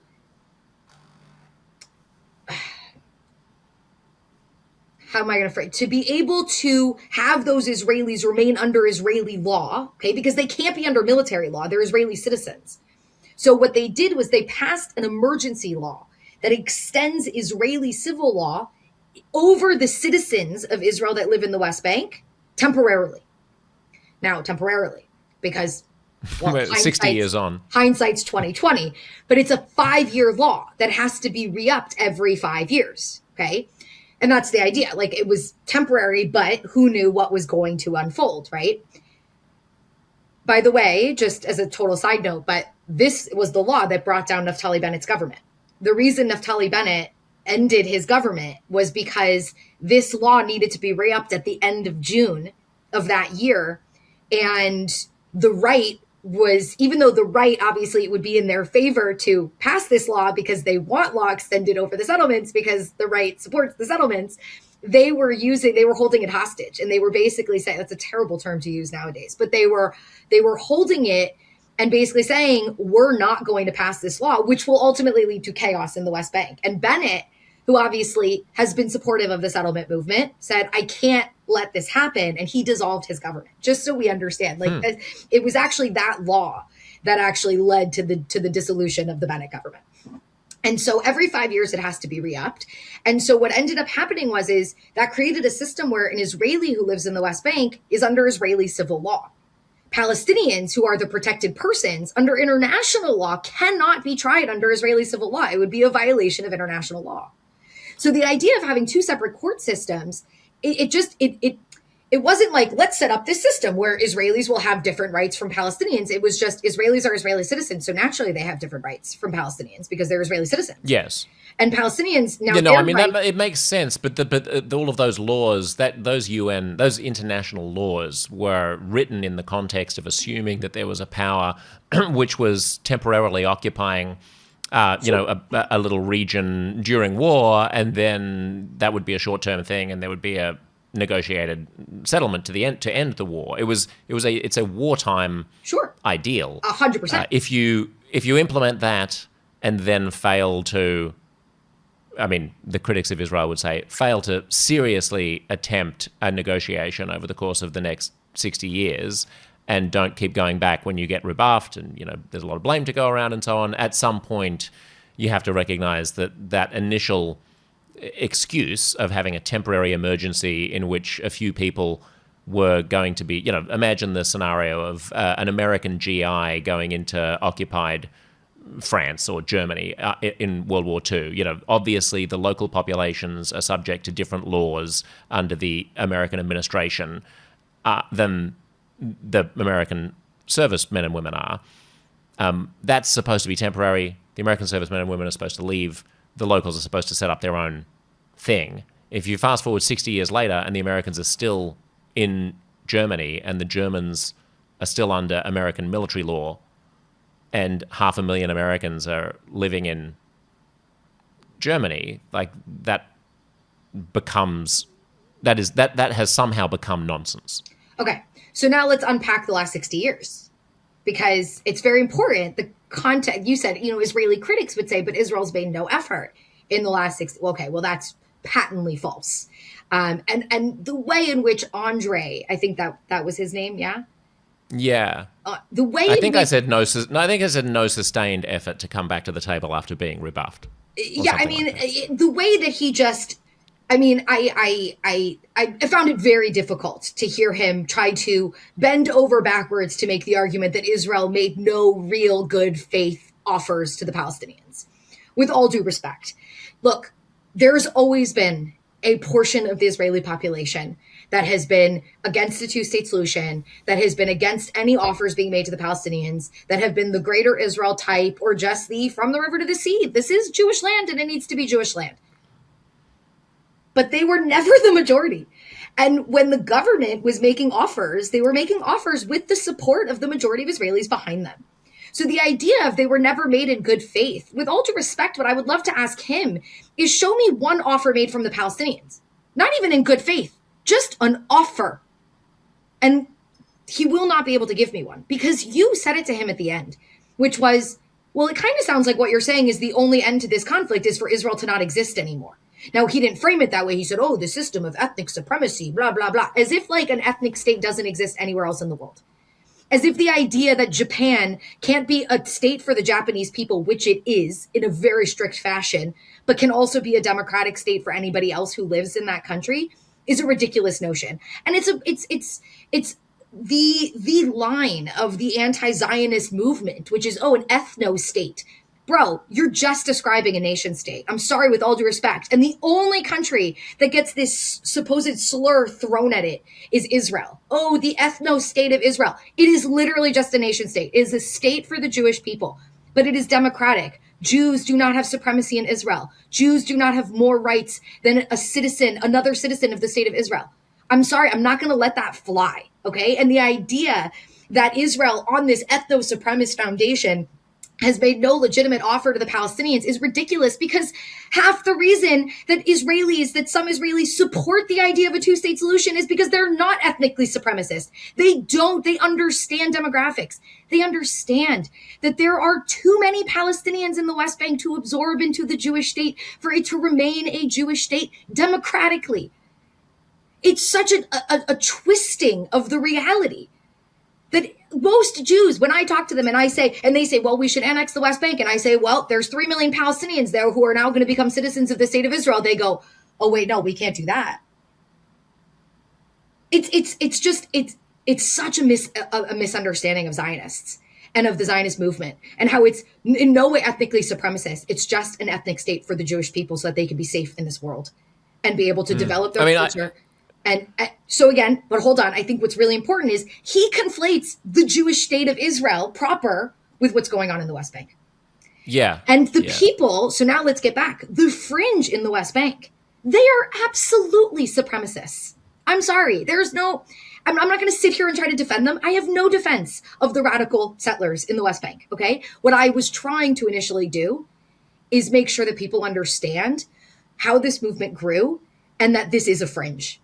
And now let's talk about that fringe because that's all he focused on. But I wanted people to understand that there was a huge portion of the settler population that not only are not violent themselves, but they absolutely don't support what's going on.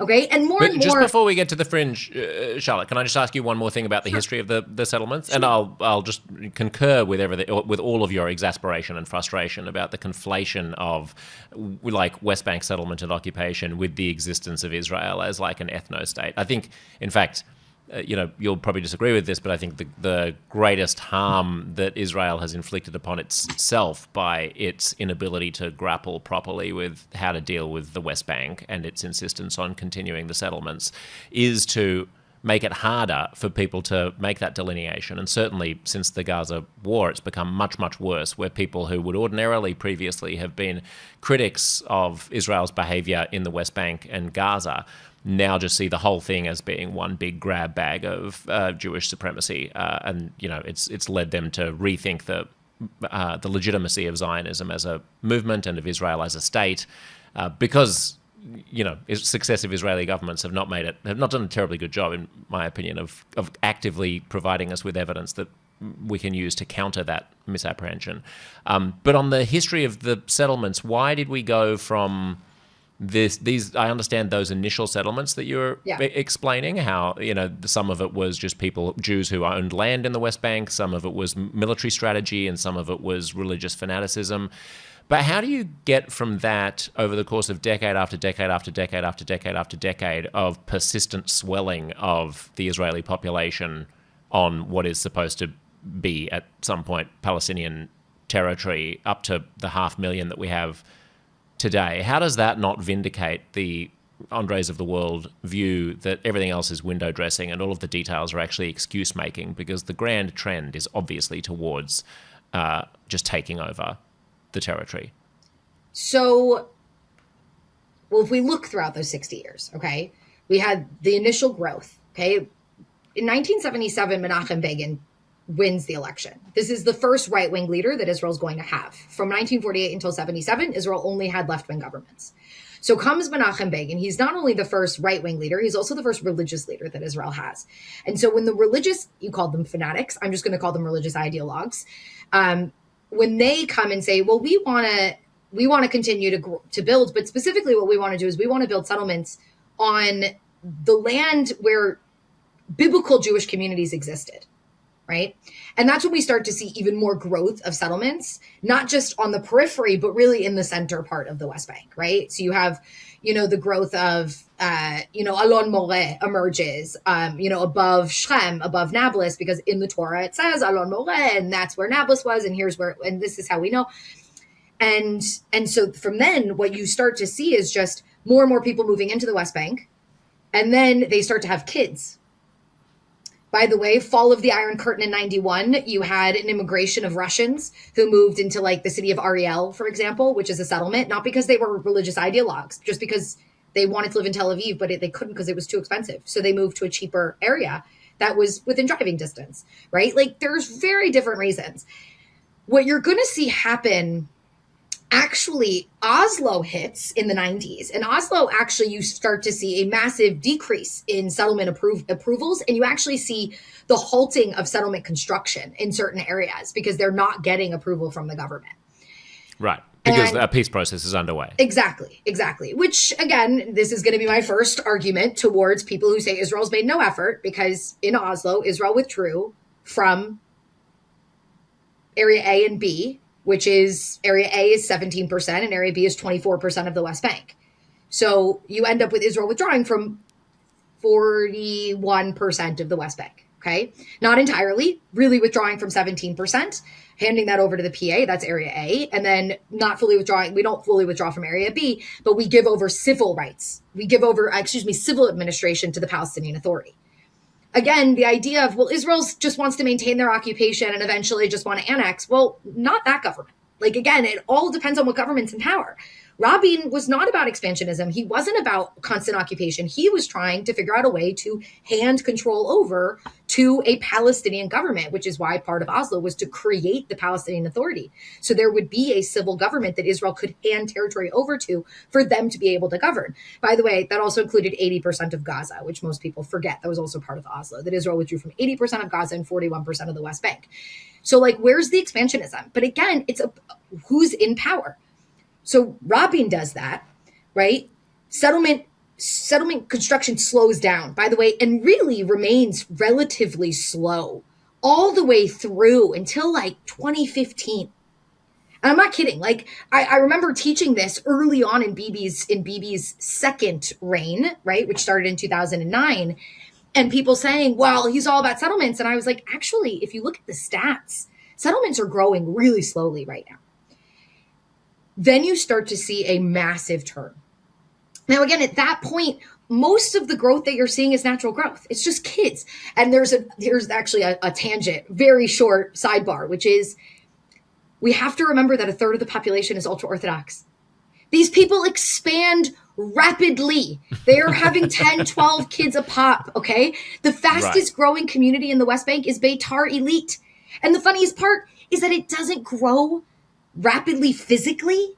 It grows in population, meaning It's the same 3-bedroom apartment. It's just now 12 people are living in it instead of 8 people. Right. You know what I mean? So when we hear, Charlotte, when we hear people complain about the growth of Israeli settlements, I was under the impression that they were talking about the growth of permits being issued to approve new settlements in the West Bank. Yeah. You're saying it's actually that people are having lots of kids, so their families are getting bigger. Is it that the families are getting bigger and therefore the settlements need to swell and therefore there are permits which need to be issued to allow those settlements to grow? Or is it also that they're just approving brand new towns? So first of all, Oslo, there was a complete end to the idea that new settlements could be approved. And that didn't happen, actually. New settlements were not being approved from Oslo onwards. Now, there was a caveat to this. 2 things. One, existing settlements were growing. Okay. And again, it's important to point out that natural growth is part of the growth. It's not just a bunch of like immigrants from America who are moving into these communities. Now that is also part of the growth. Don't get me wrong. So we have to remember both. There's immigration and then there's also natural growth of having kids. And I think it's important to note the ultra-Orthodox because they're a third of the population, which means, again, how they grow exponentially. And so that's an important understanding of how we got to 500,000. We're not at 500,000 yet, but we're close. And I think that's also important to note. It's been 60 years and there's less than 500,000 people. I mean, if you were trying to really do this, you could imagine that more people could have been pushed in there and we could have grown that population much more quickly. If you imagine that in Gaza, the population doubled between 2003 and 2023 from 1 million to 2 million. So just to get an understanding. That's just the Palestinian population, obviously, in Gaza that doubled. Of its own accord. Yeah. So you could easily, have achieved the same thing in the West Bank. So when we think of like rapid growth, it's not rapid growth. And then also when you think of the amount of territory that settlements take up less than 10% of all of West Bank territory. So also the argument is land grabs. Isn't it all the good bits in the sense that it's the bit like when you fly over the West Bank? Okay. No, that's the idea of quality land versus not. Almost most of the West Bank, north of Kfar Etzion, like north of where Jerusalem is plush land. I mean, it's not, you're not, okay. No, that is, I don't know. I've never. Maybe when people talk about it being desirable, they just mean that it's close to Israel. Could be. So it's easy to commute to economic dynamism if you. Yeah, I mean, let's realize a lot of the settlements that were built, not the Jordan Valley ones, but the ones that were built on the hilltops, most of them aren't agricultural settlements. Now there are some in the middle that are the olive orchards and wineries that exist there, but Palestinians have equal amount of that. That's a lot of their industry is from agriculture, and they've been on that land for centuries. Right. I think that's a misnomer in this case. So the growth really came from just natural expansion and then some people immigrating in. Now let's get to today. And I should say one more thing. In the interim of what we all just talked about, we also not only had Oslo, but we had Camp David of 2000 and we had the Olmert offer of 2008. Both would have withdrawn from the West Bank between 90 and 100% with land swaps. So again, like I have to, and the idea of, well, those weren't genuine. With all due respect, these were not like right-wing leaders who were like, oh yeah, let's just get them. This was Ehud Barak and it was Ehud Olmert. These are two guys who right now actively speak out against the Israeli government. You can Google their names. These are not like fake peace sticks. These are legitimate people who were trying to actually make peace and didn't have a partner on the other side. Yeah. I also always feel like when, critics of Israel say that, they weren't serious offers, well, then why not just call Israel's bluff and accept, make a counteroffer that would be suitable for you in order to just engage? It doesn't really work for someone to begin a bargaining process with an offer and then you to claim that it's not a serious offer without ever testing it. And even making a counteroffer. By making a counteroffer, I mean. By starting to actually engage in the process. Yeah, I will say for the Zionists listening to this call, because I hear so much from Zionists being like, we've offered them everything. They always say no. And I think what I tend to also do is I want to try to flip it and help them see it from the Palestinian perspective, which actually I think Andrey kind of helped sharpen, which is, look, as far as the Palestinians are concerned, according to their narrative, we came and we stole their whole house, okay? And they've been told for 7 years that we stole their whole house, okay? And that it was unjust and that they deserve their whole house back. And so then imagine the person who stole your whole house comes to you and says, hey, I have a great offer for you. Here's like a really nice bedroom and the garage. Like, would you think that that's a good offer? No, you wouldn't. And so again, the narrative is false. The idea of we came and we stole your whole house is false. But if that's the foundation upon which you are debating these offers, then we might see the offer as great because we believe that it was both of our houses, right? The house belonged to both of us and we were both living in it. And then you wanted to kick me out. And there's a better there's a more accurate story there. But if you're basing it on the original story of you stole my whole house, why would I accept an offer of a bedroom and a garage? Those aren't good offers.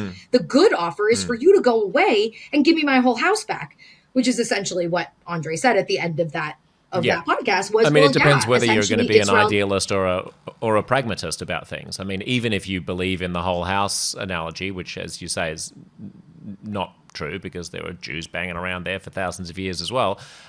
Even if you believed in it, then you might just be pragmatic and say, I mean, the tragedy of the Palestinian situation is that there has never been a genuine insistence by the international community that it's going to be a dead end for Palestinians to take everything back. There's always this kind of placating of that narrative, which makes it much harder for obviously them to cop what they see as the bedroom in the garage. And even more so now with the anti-colonialist movement that has emerged, which, I mean, I think we should all be anti-colonialists. I'm not saying otherwise. I just think it's misplaced when you're calling an indigenous population colonialist.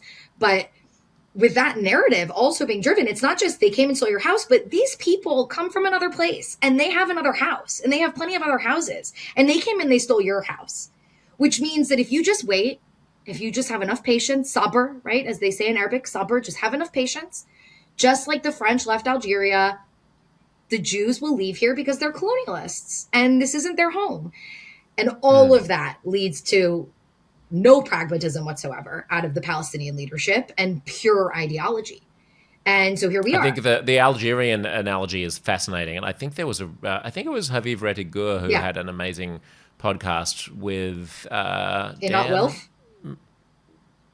It was either with Einat or it was no, I think it was on Dan Senor's show after October 7th. I think he was talking to Haviv, and it was like a 2-hour long explanation of the what the Palestinian resistance movement learned from the expulsion of the French from Algeria and how devastating that is, because the anti-colonial instinct is that if you just make it painful enough for the colonizer, then the colonizer will eventually leave because they don't care about the place as much as you care about the place because you're indigenous. And that worked in Algeria and it worked all throughout the post-colonial world. The reason, of course, it doesn't work in the case of Palestine and Israel is that Jews don't have it. Where is the France? If Israel is the Algeria, where is the France for the Jews to retreat to? So they will fight to the death and they will cling on till the end of time to that strip of land. Well, especially now, right? Because half of the Israelis now really don't have a place to go to. Like, you could argue, I mean, I'm sure there's somebody listening who's like, well, you know, you're an Australian and I'm sure you have Australian friends who can come back to Australia, or like Charlotte's an American who could go back to America. Yeah, but what about the Yemenite Jew in Israel who had to flee Yemen, right? Or the Iraqi, or, I mean, half the Israeli population today are from the Arab world or descendants of people from the Arab world who absolutely do not have anywhere else that they can go. And that, I think, is also a real misnomer out there. There's so many people who are like, oh, there's a bunch of Europeans. They all have like a second European passport. They can all just go back to whatever European country they came from. And it's like a huge ignorance of half the Israeli population who are not that.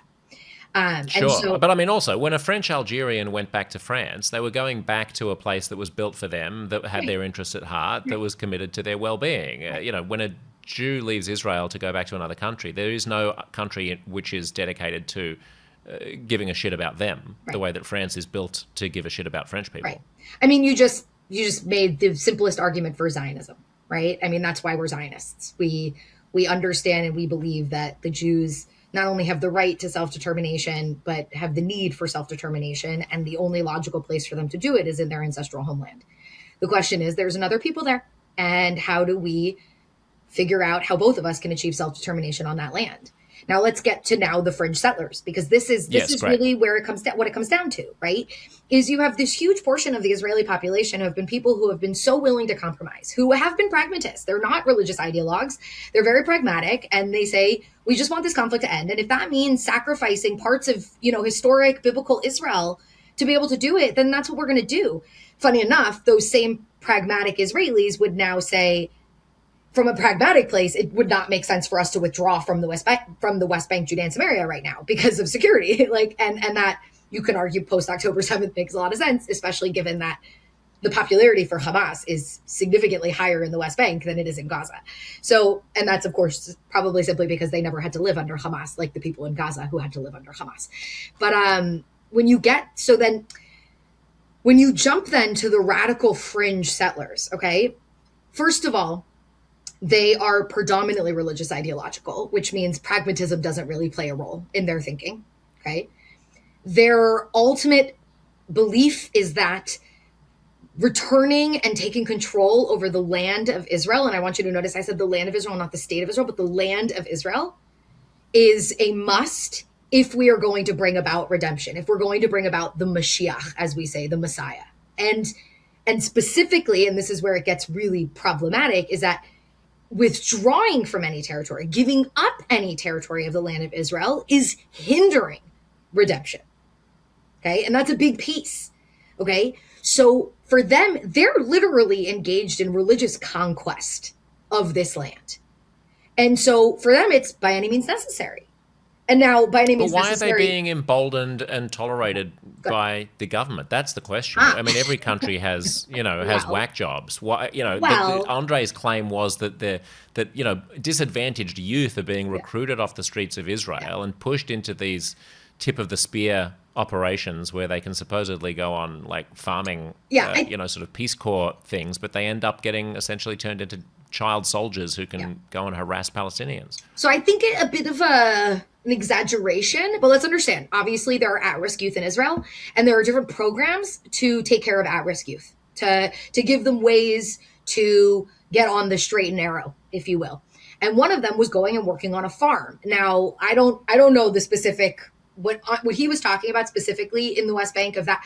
I highly doubt that the vast majority of the radical fringe are coming from that community, but maybe, listen, at-risk youth, unfortunately, were also recruited into the unit in the army that was meant for the ultra-Orthodox, which was called Nachal Haredi. It was transformed into a unit called Netzach Yehuda. And Netzach Yehuda, it wasn't just Haredi, ultra-Orthodox, but it was at-risk ultra-Orthodox youth or at-risk religious youth who were then put into this unit. And then it slowly became not a unit for just ultra-Orthodox, but it became a unit of almost criminals and sometimes just criminals. By the way, if you look at the Biden administration where they sanctioned some soldiers, they all came out of Netzach Yehuda. And so there's different ways that Israel tries to deal with at-risk youth. And one of them could be go work on a farm. Okay. Now, I want to go back for a second because 2005 was a very important moment for this movement. Okay. Because again, they believe you withdraw from land, you're hindering redemption, we're going to be punished. We withdrew from Gaza in 2005. And they very much believe that the last 17 years has demonstrated, the last 18, 19 years has demonstrated exactly why you don't pull out of land, because look, God is punishing us with October 7th. Now let's remember who was part of that movement. Ben-Gvir was part of that movement to prevent us from withdrawing from Gaza. So was Bezalel Smotrich. And these guys were traumatized by what happened in Gush Katif, in Gaza, the withdrawal of the settlements. These are now two far-right cabinet ministers. Yes, sorry, I should stress Itamar Ben-Gvir. I mean, I'm gonna talk about them a lot. So Itamar Ben-Gvir is the head of the Jewish Power Party, Otzma Yehudit, or Jewish Might, however you want to. And then Bezalel Smotrich is the head of the Religious Zionist Party. And Itamar Ben-Gvir, everyone would pretty much argue, is more extreme than Bezalel Smotrich in terms of his support for violence. He himself had been indicted on many occasions for violence. By the way, violence specifically directed at the police, which will become an important point in just a second. And, well, let me just make it now. when he got into government, to get him into the coalition, Bibi had to give him the portfolio of Minister of Internal Security, which means that he is basically responsible for the police. This is a man who, again, had been indicted on a number of occasions for violence against the police. Okay, so that's Itamar Ben-Gvir. Itamar Ben-Gvir is a man who had a photo of Baruch Goldstein hanging up in his living room. For those who might not be familiar, Baruch Goldstein is probably the most well-known Jewish terrorist. There aren't very many of us out there, so it's not a long list, but he's definitely at the top of it. He, on Purim in 1994, went into the Cave of the Patriarchs when both the mosque portion and the synagogue portion were not separated, and he brought a gun and he shot and murdered 29 innocent Palestinians while they were praying and injured over 100 others, and those who weren't too injured beat him to death. To me, a great end for somebody like that. But he had a photo of him up in his living room, and when Israeli reporters came to his house to interview him and saw the photo, they asked him, what do you tell your kids about this photo and this individual? And he said, well, I teach my kids that he was a hero. Now, let's understand that within the far right circles of Itamar Ben-Gvir, there's a whole conspiracy theory behind Baruch Goldstein, and that he actually was preventing a massive attack that was about to happen, which, I'm sorry, I don't know how you walk into a mosque and shoot up randomly, but somehow you've targeted the 29 people who were planning an attack. Like, it's the notion is absolutely asinine, and you have to be so knee deep in your ideological bullshit to believe something like that. And there's no excuse for Baruch Goldstein. He was a terrorist, and if he hadn't been beaten to death, he should have rot in Israeli jail for the rest of his life. It's not complicated. But this is the photo that he had up. And if you talk to people now who voted for him, they'll say, but he took the photo down. Yeah, he took the photo down when he was getting into politics, and he realized that having a photo of a terrorist on his wall is not going to play well in politics. That's Itamar Ben-Gvir. And if you hear my disdain for him, it's simply because I'm against people who support terrorism. I'm against people who believe that Jews are somehow better than any other group of people in this world. I'm against people who support violence against Palestinians. Period. End of discussion. And the vast majority of Israelis do too, which is why Ben-Gvir is not the prime minister, but is the leader of a small party that Netanyahu had to make a deal with. Great. And not only, by the way, a small party that had to join up with another party to be able to break the threshold of 3.25% to get into the government. Okay. His partner, the other person, is Bezalel Smotrich. By the way, they've split since the election, so they're now two separate parties, but they had to merge during the election. And that was Bibi sitting them down in the room saying, you better figure this out, get together, because we're not going to win the next election if you don't. And he was right. And it all played out the way that he had planned. Bezalel Smotrich leads the Religious Zionist Party. Different in the sense that the Religious Zionist Party was pretty much the only party in the government that represented the settlement movement at the time. And so if you were a settler, okay, who wanted your interests as a settler to be represented in the government, you were kind of stuck between a rock and a hard place if you were somebody who wasn't racist, if you were somebody who doesn't support violence towards the Palestinians, who doesn't believe necessarily in massive expansion, who might still believe in a two-state solution, just with some redrawing of lines and adjustments. And I know these settlers. And some of those people had to literally go to the elections holding their nose and vote for Smotrich because they felt like he was the only person who would represent their broader interests, even though they knew he was racist. And that's not me saying it, by the way. He himself says that he's racist. He doesn't hide that fact. And just to clarify, what would the broader interests of the settlers be? The non-racist, like benign version of again, such not dismantling settlements that are consensus. That's a big one. Consensus settlements are settlements that are pretty much accepted by the vast majority of the Israeli population. And that includes people on the left then that are never going to be dismantled in the sense that they're just too big and it would cause just absolute torment. And it wouldn't really lead to a more peaceful resolution. The communities like Gush Etzion, which are right over the Green Line. But why do you need to vote for Smotrich to do that? Like, isn't that just, I mean, no one's going to be ripping out whole cities from the West Bank anytime soon. Well, I mean, you might say that those people would then vote for Likud, but again, the interests of the settlements, making sure that they continue to get funding, making sure that they're supported militarily, all of those things come from having somebody in the government who has your back. Right. Okay. And that is their top priority. And that was his top priority. Likud, you could argue, has a lot of different priorities, right? That's not going to be their number one. It's not their they're not anti-settlement. Okay. So let's get back to the tip of the spear, like what these instances of you have these violent impunity who are totally traumatized by what happened in 2005, and they very much believe we cannot give up any more land. This is the worst idea ever, and whatever we need to do to get more land, we're going to get more land. And this radical fringe movement starts to grow of more young, religious, ideological, and now more violent settlers. Okay. Now, for the early period from 2005 onwards, and before that, we had small instances of violence, but again, they were very rare. I'm sorry, I'm going to stress they were very rare. I think this is the second intifada. Like, people aren't running wild. This is like, but 2005 onwards, we do start to see growth of the Hilltop Youth, which are predominantly who we're talking about. The Hilltop Youth are the radical, fringe, violent settlers who will go to a hilltop and settle a hilltop. How do they do it? Either with caravans, or what they've done more and more now is they set up farms. And then what they'll do is they'll take territory by grazing their flock. This is also where they will come face to face with Palestinians, more often than not intentionally, and then skirmishes break out between them. Now, we've seen this growth of that kind of expansionism. We've seen the assaults against Palestinians grow from vandalism towards maybe storefronts, vehicles, and then vandalism of orchards, chopping down olive trees, chopping down, wine vineyards. I don't know. Vineyards. Vineyards. Thank you. Not my expertise, as you can tell. And then it evolved into actual direct violence, actual assaults, abuse.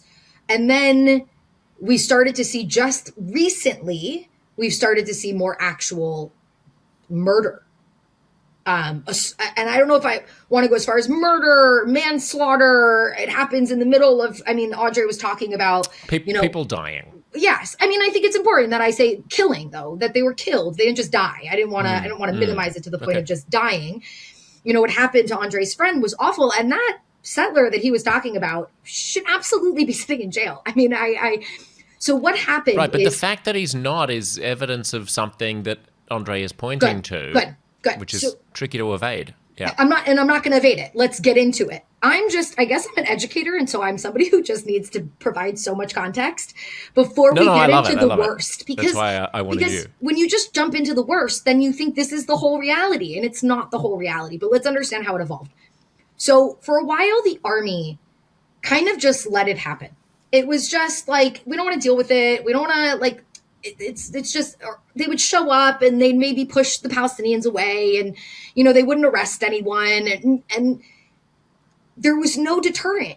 And that kept happening for so long. And the only time that the army would really get involved was when something really severe happened, right? Like somebody was killed. So Amram Ben Uziel goes to Duma and he sets a home on fire, right? And the Dawabsha family is killed in this home and burned to death, by the way, in a horrific fashion. And they find him, they hunt him down, and they find him and they arrest him, and he is charged, and he is currently serving life sentences in Israeli jail. And so it's not like this doesn't happen, but it has to be the extreme for it to happen, at least back then. Then what happened is they got more emboldened because there wasn't enough enforcement. Now, hold on. The enforcement thing is really obnoxiously problematic. Remember that whole civil law, military law thing? Yeah. Well, The military arrests Palestinians. The military can't arrest Israeli citizens. They can detain them and then call the police, and Israeli police have to come and arrest them. Okay. And what's happened for a long time is the police and the army just kept blaming each other. The army's not calling us, or but we can't. There was always a pushback of it was somebody else's responsibility. Now jump to the last 2 years, okay? 2-3 years, where we've seen a massive growth. First of all, in just settlements, okay? And we've seen approval of new settlements. We've seen massive increase in permits being given out for homes to be built in existing settlements. We have seen more in the last 2 years than we had seen in the 15 years prior. And I'm not exaggerating. And that very, very clearly demonstrates the power of Bezalel Smotrich and Itamar Ben-Gvir. Okay?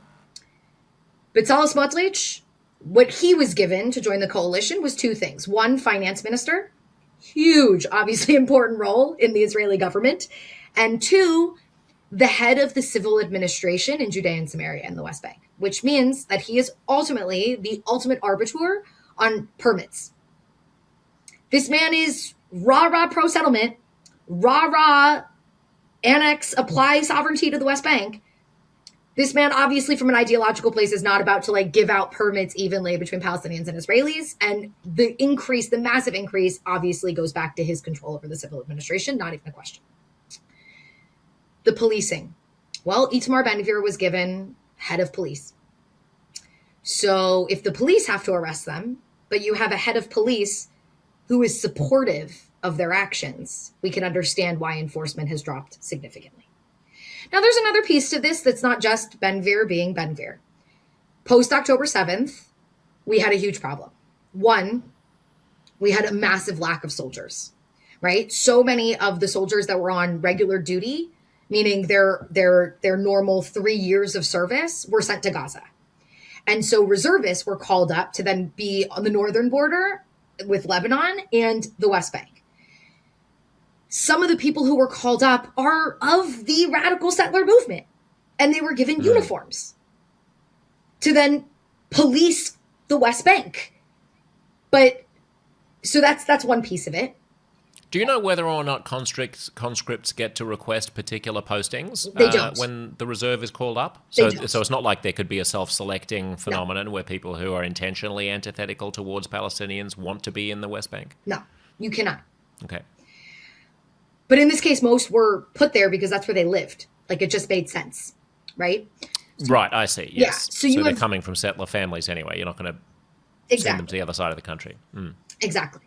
And then you had just so much focus on Gaza that everyone was turning a blind eye to what was happening in the West Bank, even more than the blind eye that they were turning prior. And I really want to stress this. I speak to Israelis all the time. The vast majority of them are totally ignorant of how common settler violence has become in the West Bank. It's just, again, because it's the focus has so been on Gaza, on the hostages, on the war, that I mean, and I'm not, you can't even say like, oh, well, the Israeli media is complicit, because half the Israeli media is on the left. They're not supportive of this. They're not supportive of Ben-Gvir and Smotrich. They're not. And so it's not like they're intentionally trying to hide it. It's just every journalist has, X amount of hours, and they're going to fill it with what's the most important thing on the minds of the people. And that wasn't what was going on in the West Bank in the last 2 years. So it also enabled these actions to just get so much worse with little to no enforcement, with them also feeling like, if I do this, if I'm a radical settler and I do this, I have the guy who's controlling the police in my court. And so I'll be fine. And so all of that has led to the circumstances getting so much worse. And if when I start to explain this to Israelis and I tell them how frequent and what type of attacks are happening, they are gobsmacked. They just are, what? How do I not know about this? That's totally unacceptable. Why are we not doing more? That's usually the response. So I think it's really important also for listeners to understand that this isn't something that Israelis know about and are ignoring. It's something that they genuinely don't know about, and there needs to be more. I think they get that, but it will land for a lot of people like the very nice, polite ladies in the antebellum South who were having, crumpets and tea and were horrified to learn about the poor conditions under which those poor Negroes were being kept on the slaves. It's on the slave plantations. It's like, it's not really an excuse. The argument would be, if you set up a system in which you have an ongoing military occupation with no proposed end, with no plan for how it's going to end, and you have a military law, and then you have some people ethnically under a military law, some people ethnically under a civil law, and then you expect everything to be peachy. No. That's naive. I There's get going to it. be conflicts in the settlements. But I think Israelis would say that's not exactly how this all played out. And I think Israelis would note to you, but wait a second. After 20 years, right, 25 years, Israel sat down, tried to negotiate. And by the way, in those 25 years, right, what did Israel do? They were building the major roads in the West Bank, and they were building the hospitals and the clinics and the schools and the universities and developing the area to make it what it is today. I'm sorry. And these are the 25 years after 1967. From 67 until the 90s. Yeah. And so it's not like also the idea of like, oh, they were just treating them poorly. And we just know, like, we actually built up that area, and quality of life for Palestinians, other than a very important piece of quality of life, which is freedom, was increasing. Healthcare, education, infrastructure, all of these things. But then came the time where it was like, okay, let's negotiate. And Israelis did. They withdrew. They remember this. Then they remember Camp David, and they remember Olmert's offer, and they say, what are we supposed to do? Like, you say we're supposed to have a realistic path, and we did have a realistic path. From the moment that we took control of the territory, we said, we are willing to withdraw. Just stop trying to kill us. Just give us peace. And the response was, no, we're going to keep trying to kill you. And so it's like the idea of like Israel just went on this path without any idea of how to move forward is just ridiculous. They made agreements. They tried every step of the way. And then came the rejection of 2008. Then you ended up with a more right-leaning government and a more right-leaning populace in Israel who's saying, we don't know what else we can give. We don't know what else we can offer. And so Israelis, I moved to Israel in 2013. And I remember Israelis had gotten into a place of just like status quo. They had just become status quoers. It wasn't like they were anti-peace. Do you remember that famous Time magazine cover? And it was a Jewish star made out of flowers. And in the middle, it said, why Israelis don't care about peace anymore. Why Israelis no longer care about peace. And I was so livid because I was like, it's not that they don't care about peace. It's just that they just don't believe in it anymore. They don't think that it's possible. They've made offer after offer. They get rejection after rejection. That usually follows with rounds of violence. Like, why should we, what more can we do?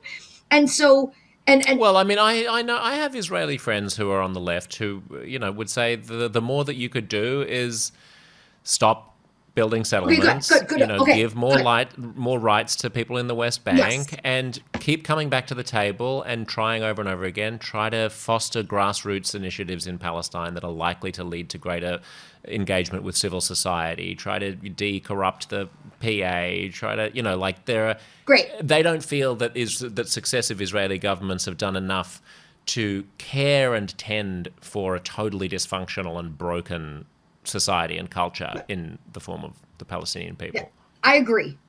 Okay. I agree that there's more small things that could be done. Okay. Now, I also think that people are somewhat ignorant of the small things that were being done in that interim period. I think we see the big agreements and we miss the smaller things. We miss the extra roads that were being built to help Palestinians. We miss the push by, I mean, I know it was only 1 year, but Bennett's adoption of Micha Goodman's shrinking the conflict idea of trying to implement policies that would help do what you just said, foster, you know, better relationship between Israel and the Palestinians and make them feel like more is being done on their behalf.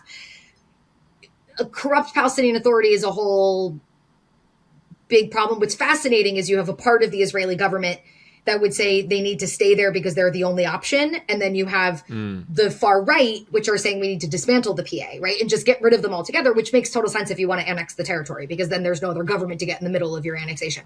But but to say that there was no effort made at all, I think is a bit of a misnomer, especially given the massive reduction, again, I would say in settlement growth for a huge period of time. I mean, we kind of ignore all of those small things because they were small things. But in the last 7 years, when Bibi really started to get into his legal troubles and the government started to shift more right, we started to see really zero effort made to try to in any way end the conflict, right? And obviously the West Bank is going to be a key role in ending the conflict. Ending the conflict, I would say, in a two-state solution. Ending the conflict with any kind of giving up land to the Palestinians, which again, you can very much understand why nobody's pushing that, because we had withdrawn from Gaza and that didn't go well. And so the argument, it wasn't popular in Israel at the time to do anything big like that, but small things, sure. When you had really the elections in 2022, that was it. I mean, You had the Bennett government that was trying, and then you had a Bibi government that is trying the opposite. They're going the opposite direction because that's their ideology. I mean, it's not even just his entire government. It's the two far right-wing parties. And then the core right-wing party, Likud, is just like, again, status quo. Like, what are we supposed to do? We can't make big changes right now after what just happened in Gaza. Like, we just have to ride it out. But you also don't hear a lot of them being like, annexation. Like, that's not the rallying cry right now. So I think people really need to give a little bit more credit to the status quoers out there who are like, make the small things, do the small things that will minimize tension, that will increase cooperation, but we can't do big moves. So status quo. And eventually, maybe if we have new leadership, if the ideology starts to shift, then we can get back to the conversation about a withdrawal of some kind, handing over more control to the PA. But with the corrupt PA and with the current reality, that's just not, it's not realistic. Now, in my mind, I'll tell you, I think one of the biggest challenges and one of the biggest obstacles right now to any kind of change in ideology, which to me is the only way we're ending this conflict, is the radical settler violence. And most people would say, you're crazy, come on. But if I'm a Palestinian and I'm being taught the Palestinian narrative, which is, the Zionists came in. They've always wanted to take all of our land. They took, look how much they took in 48. They took even more in 67. Now, even the West Bank, they're trying to expand and grow. Look at these radical, look at what they're doing to us. Like, and then you point at the radical settler and you're like, see, it's validating it. It's verifying it, right? And now the narrative is factually incorrect. Sure, these individuals are expansionist, and there's always been some of them amongst the Zionists, but they've never been the majority.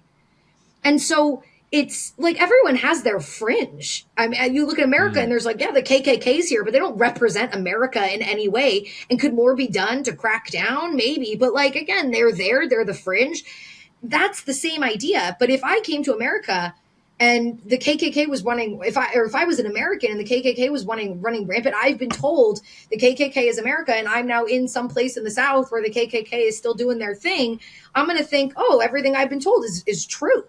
The KKK does run America, and the KKK, you know. Right, but I mean, look, if the Department of Justice was led by a person who used to have a picture of the KKK on his wall, and if the KKK really was operating with impunity, then you would have right to be concerned about the 110% whether or not America is or is not a racist place. 110%, and that's why. But again, why I'm saying that I think they're the biggest problem right now is because if I'm a Palestinian and that's all I'm seeing, well, then I'm not getting the right representation, because the reality is less than 500,000 Israelis voted for Ben-Gvir, around 500,000 voted for Ben-Gvir and Smotrich together, which again means like some of them might have just voted for Smotrich and Ben-Gvir happened to be on the ticket. And I don't believe anything. I don't believe this guy was a terrorist, but like, what was I?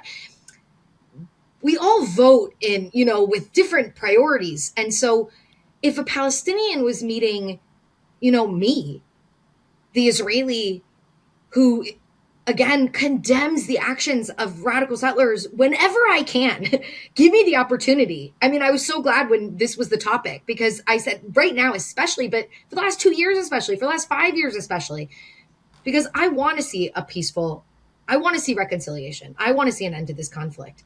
And I don't care who the violence is coming from. Violence should never be acceptable.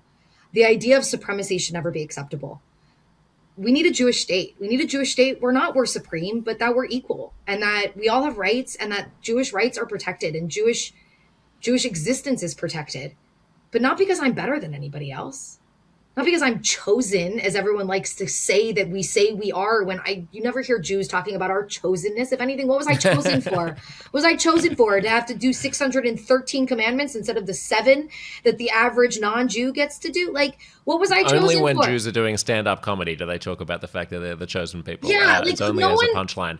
Yeah, it's not. Charlotte, where do we? I want to let you go, because I appreciate that you're probably hungry at this point in the evening. I mean, what is your vision? Do you have one for the future? Because I mean, forget about, you were just saying it's very difficult to articulate a realistic or measured view that is positive towards Israel and Zionism from the perspective of a Palestinian who is confronted by settler violence. I mean, I would say forget about the Palestinian. Just think about the average citizen of the world and the average person in Western Europe or Australia who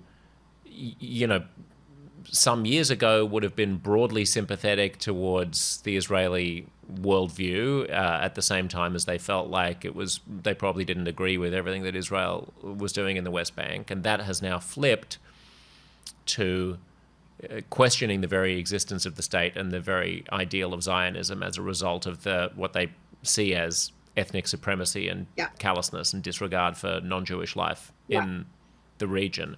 If I make you Grand Poobah of the world with your magic wand to resurrect kind of global faith in the purpose of the state, well, what do you do? First of all, my country doesn't need a purpose. And I'm sorry. I'm going to say to all the Europeans and the Westerners who have decided to helicopter into a conflict that they don't understand, that it really doesn't matter what Israel does. Israel has a right to exist, period, end of discussion. Okay? I don't understand why it's even a conversation. North Korea exists and nobody's like, it shouldn't exist anymore. Everyone's just like, change the regime. And we're nothing like North Korea. I'm so over it. Let me just be very clear. If you say that Israel doesn't have a right to exist, you're anti-Semitic. It's not complicated. You're targeting the only Jewish country in the world and you're targeting its existence. And you don't target any other countries in the world's existence. So that's the first thing that I would say is my country doesn't need a purpose. Okay. It has, by the way, a serious purpose, which is to protect Jews in Israel around the world. Okay. And if that's not enough of a purpose for the people in Europe who should know a little something or two about the need for Jewish protection in the world, like I have nothing to say to you. If the last 2 years has pushed you to a place where you don't understand Israel's existence, like I have little to nothing to say to you. Because if anything, the last 2 years has demonstrated exactly why Israel should exist. Okay. You could be against Israeli policies. You could be vocally against this government. What's the future? Well, first of all, if you continue to say that Israel doesn't have a right to exist, what you're going to do is you're going to embolden people on the right in Israel. Okay? So you're going to do exactly the opposite of what you're trying to achieve. So stop. Because all you're doing is giving credence to the people on the far right who are saying, see, we have to take everything. See, everyone hates us. See, no matter what. You're emboldening them. So you're literally shooting yourself in the foot. If that's what you actually care about, if you actually care about Palestinians, if you actually care about ending this conflict, then enough with the rhetoric that Israel doesn't have a right to exist. Okay? Because all you're doing is you're entrenching the conflict further. Okay? You want to talk about real progress? Great. Let's talk about making sure that Israel abides by their own laws, abides by international law, making sure that if you disagree with something that Ben Gvir is doing or Smotrich is doing or the government is doing, speak out against it. It's not complicated. I don't know why it has to end with Israel shouldn't exist. It doesn't make any logical. Well, to be fair, just because you keep saying Israel shouldn't exist, very few people say that. That's a little bit like the Jews calling themselves the chosen people. Dude, like I don't know sorry. people who. Josh, I don't know. I think you live in Australia. I literally am on campuses almost every day, and on a daily basis, I'm told that Israel shouldn't exist. Okay? Well, let me phrase it this way. I think that there's much less of a threat from people who are openly saying that Israel shouldn't exist, because I think that's a much easier argument to knock down than there is from people who smuggle the assumption that there's something just unseemly about the existence of Israel into a bunch of other assumptions. And the way that they articulate it is something like, there should be an end to ethnic supremacy, and there should be one Israel for all people who live in the land, or Israel can exist, but the Palestinians should have a right of return back into including all of the Palestinians, right? All of those are just sort of proxy ways of saying that there shouldn't be a Jewish state. Great. So for all those people, they have to be taught like how to do basic math and demographics and what all of that would mean, which would essentially mean no Jewish state, right? If you want a prescription for the future, look, I believe that Israel needs to exist. I believe that Israel needs to remain a Jewish and democratic state. There are 3 million Palestinians in the West Bank, and there's 2 million Palestinians in Gaza. And there's 2.2 million Arabs who live inside of the state of Israel. There are 7.7 million Jews who live between the Jordan River and the Mediterranean Sea, alongside those 7.3 million Arabs. Okay? So we can all do math. If it's one state and we have the right of return, we understand what that looks like. So what do we need to do? Well, I'm an educator, so you're asking me the easiest question possible, which is we need to change the education. We need to change the education in Israel. Israelis need to learn what Palestinians are, who they are, what their history is, what their connection to that land is. They're not just being stubborn Arabs who don't want to go back to whatever Arab country they came from. That's a ridiculous notion. A lot of these people have lived in that land for hundreds of years. This is their home. And even if they've only lived there for 100 years, it is their home. and thinking that they're just going to go somewhere else and somehow now you're going to be safe is a ridiculous notion. We have to educate ourselves on their history and on why and how they're connected to the land that we are also connected to. And then on the flip side, Palestinians have to be educated of who I am. What does it mean that I'm a Jew? And what does it mean that I'm a Zionist? And what's my connection to this land? And why am I not going to go anywhere else? And why do I also have legitimate claims? And that to me is the beginning. Because once that happens, that's it. That's the solid foundation upon which, let's be honest, any negotiation we could figure it out. It's all just logistics at that point.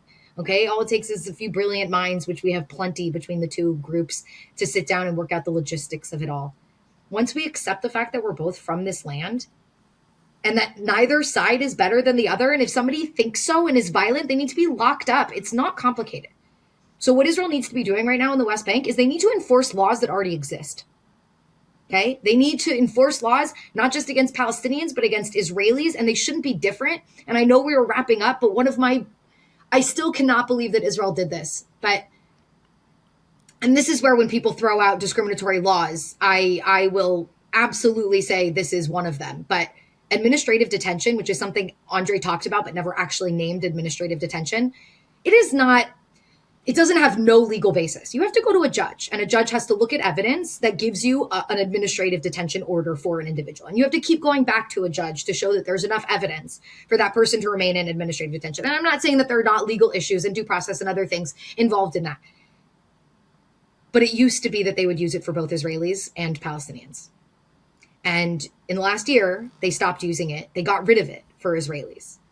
And that to me says everything about what this government, what these individuals within the government feel. And that is a very, very dangerous precedent. And just to clarify for people, administrative detention, this is just locking people up without their being convicted of a crime. Without them being convicted of a crime. This is a military style of security lockup. And it is considered legal as long as, again, you get a judge order.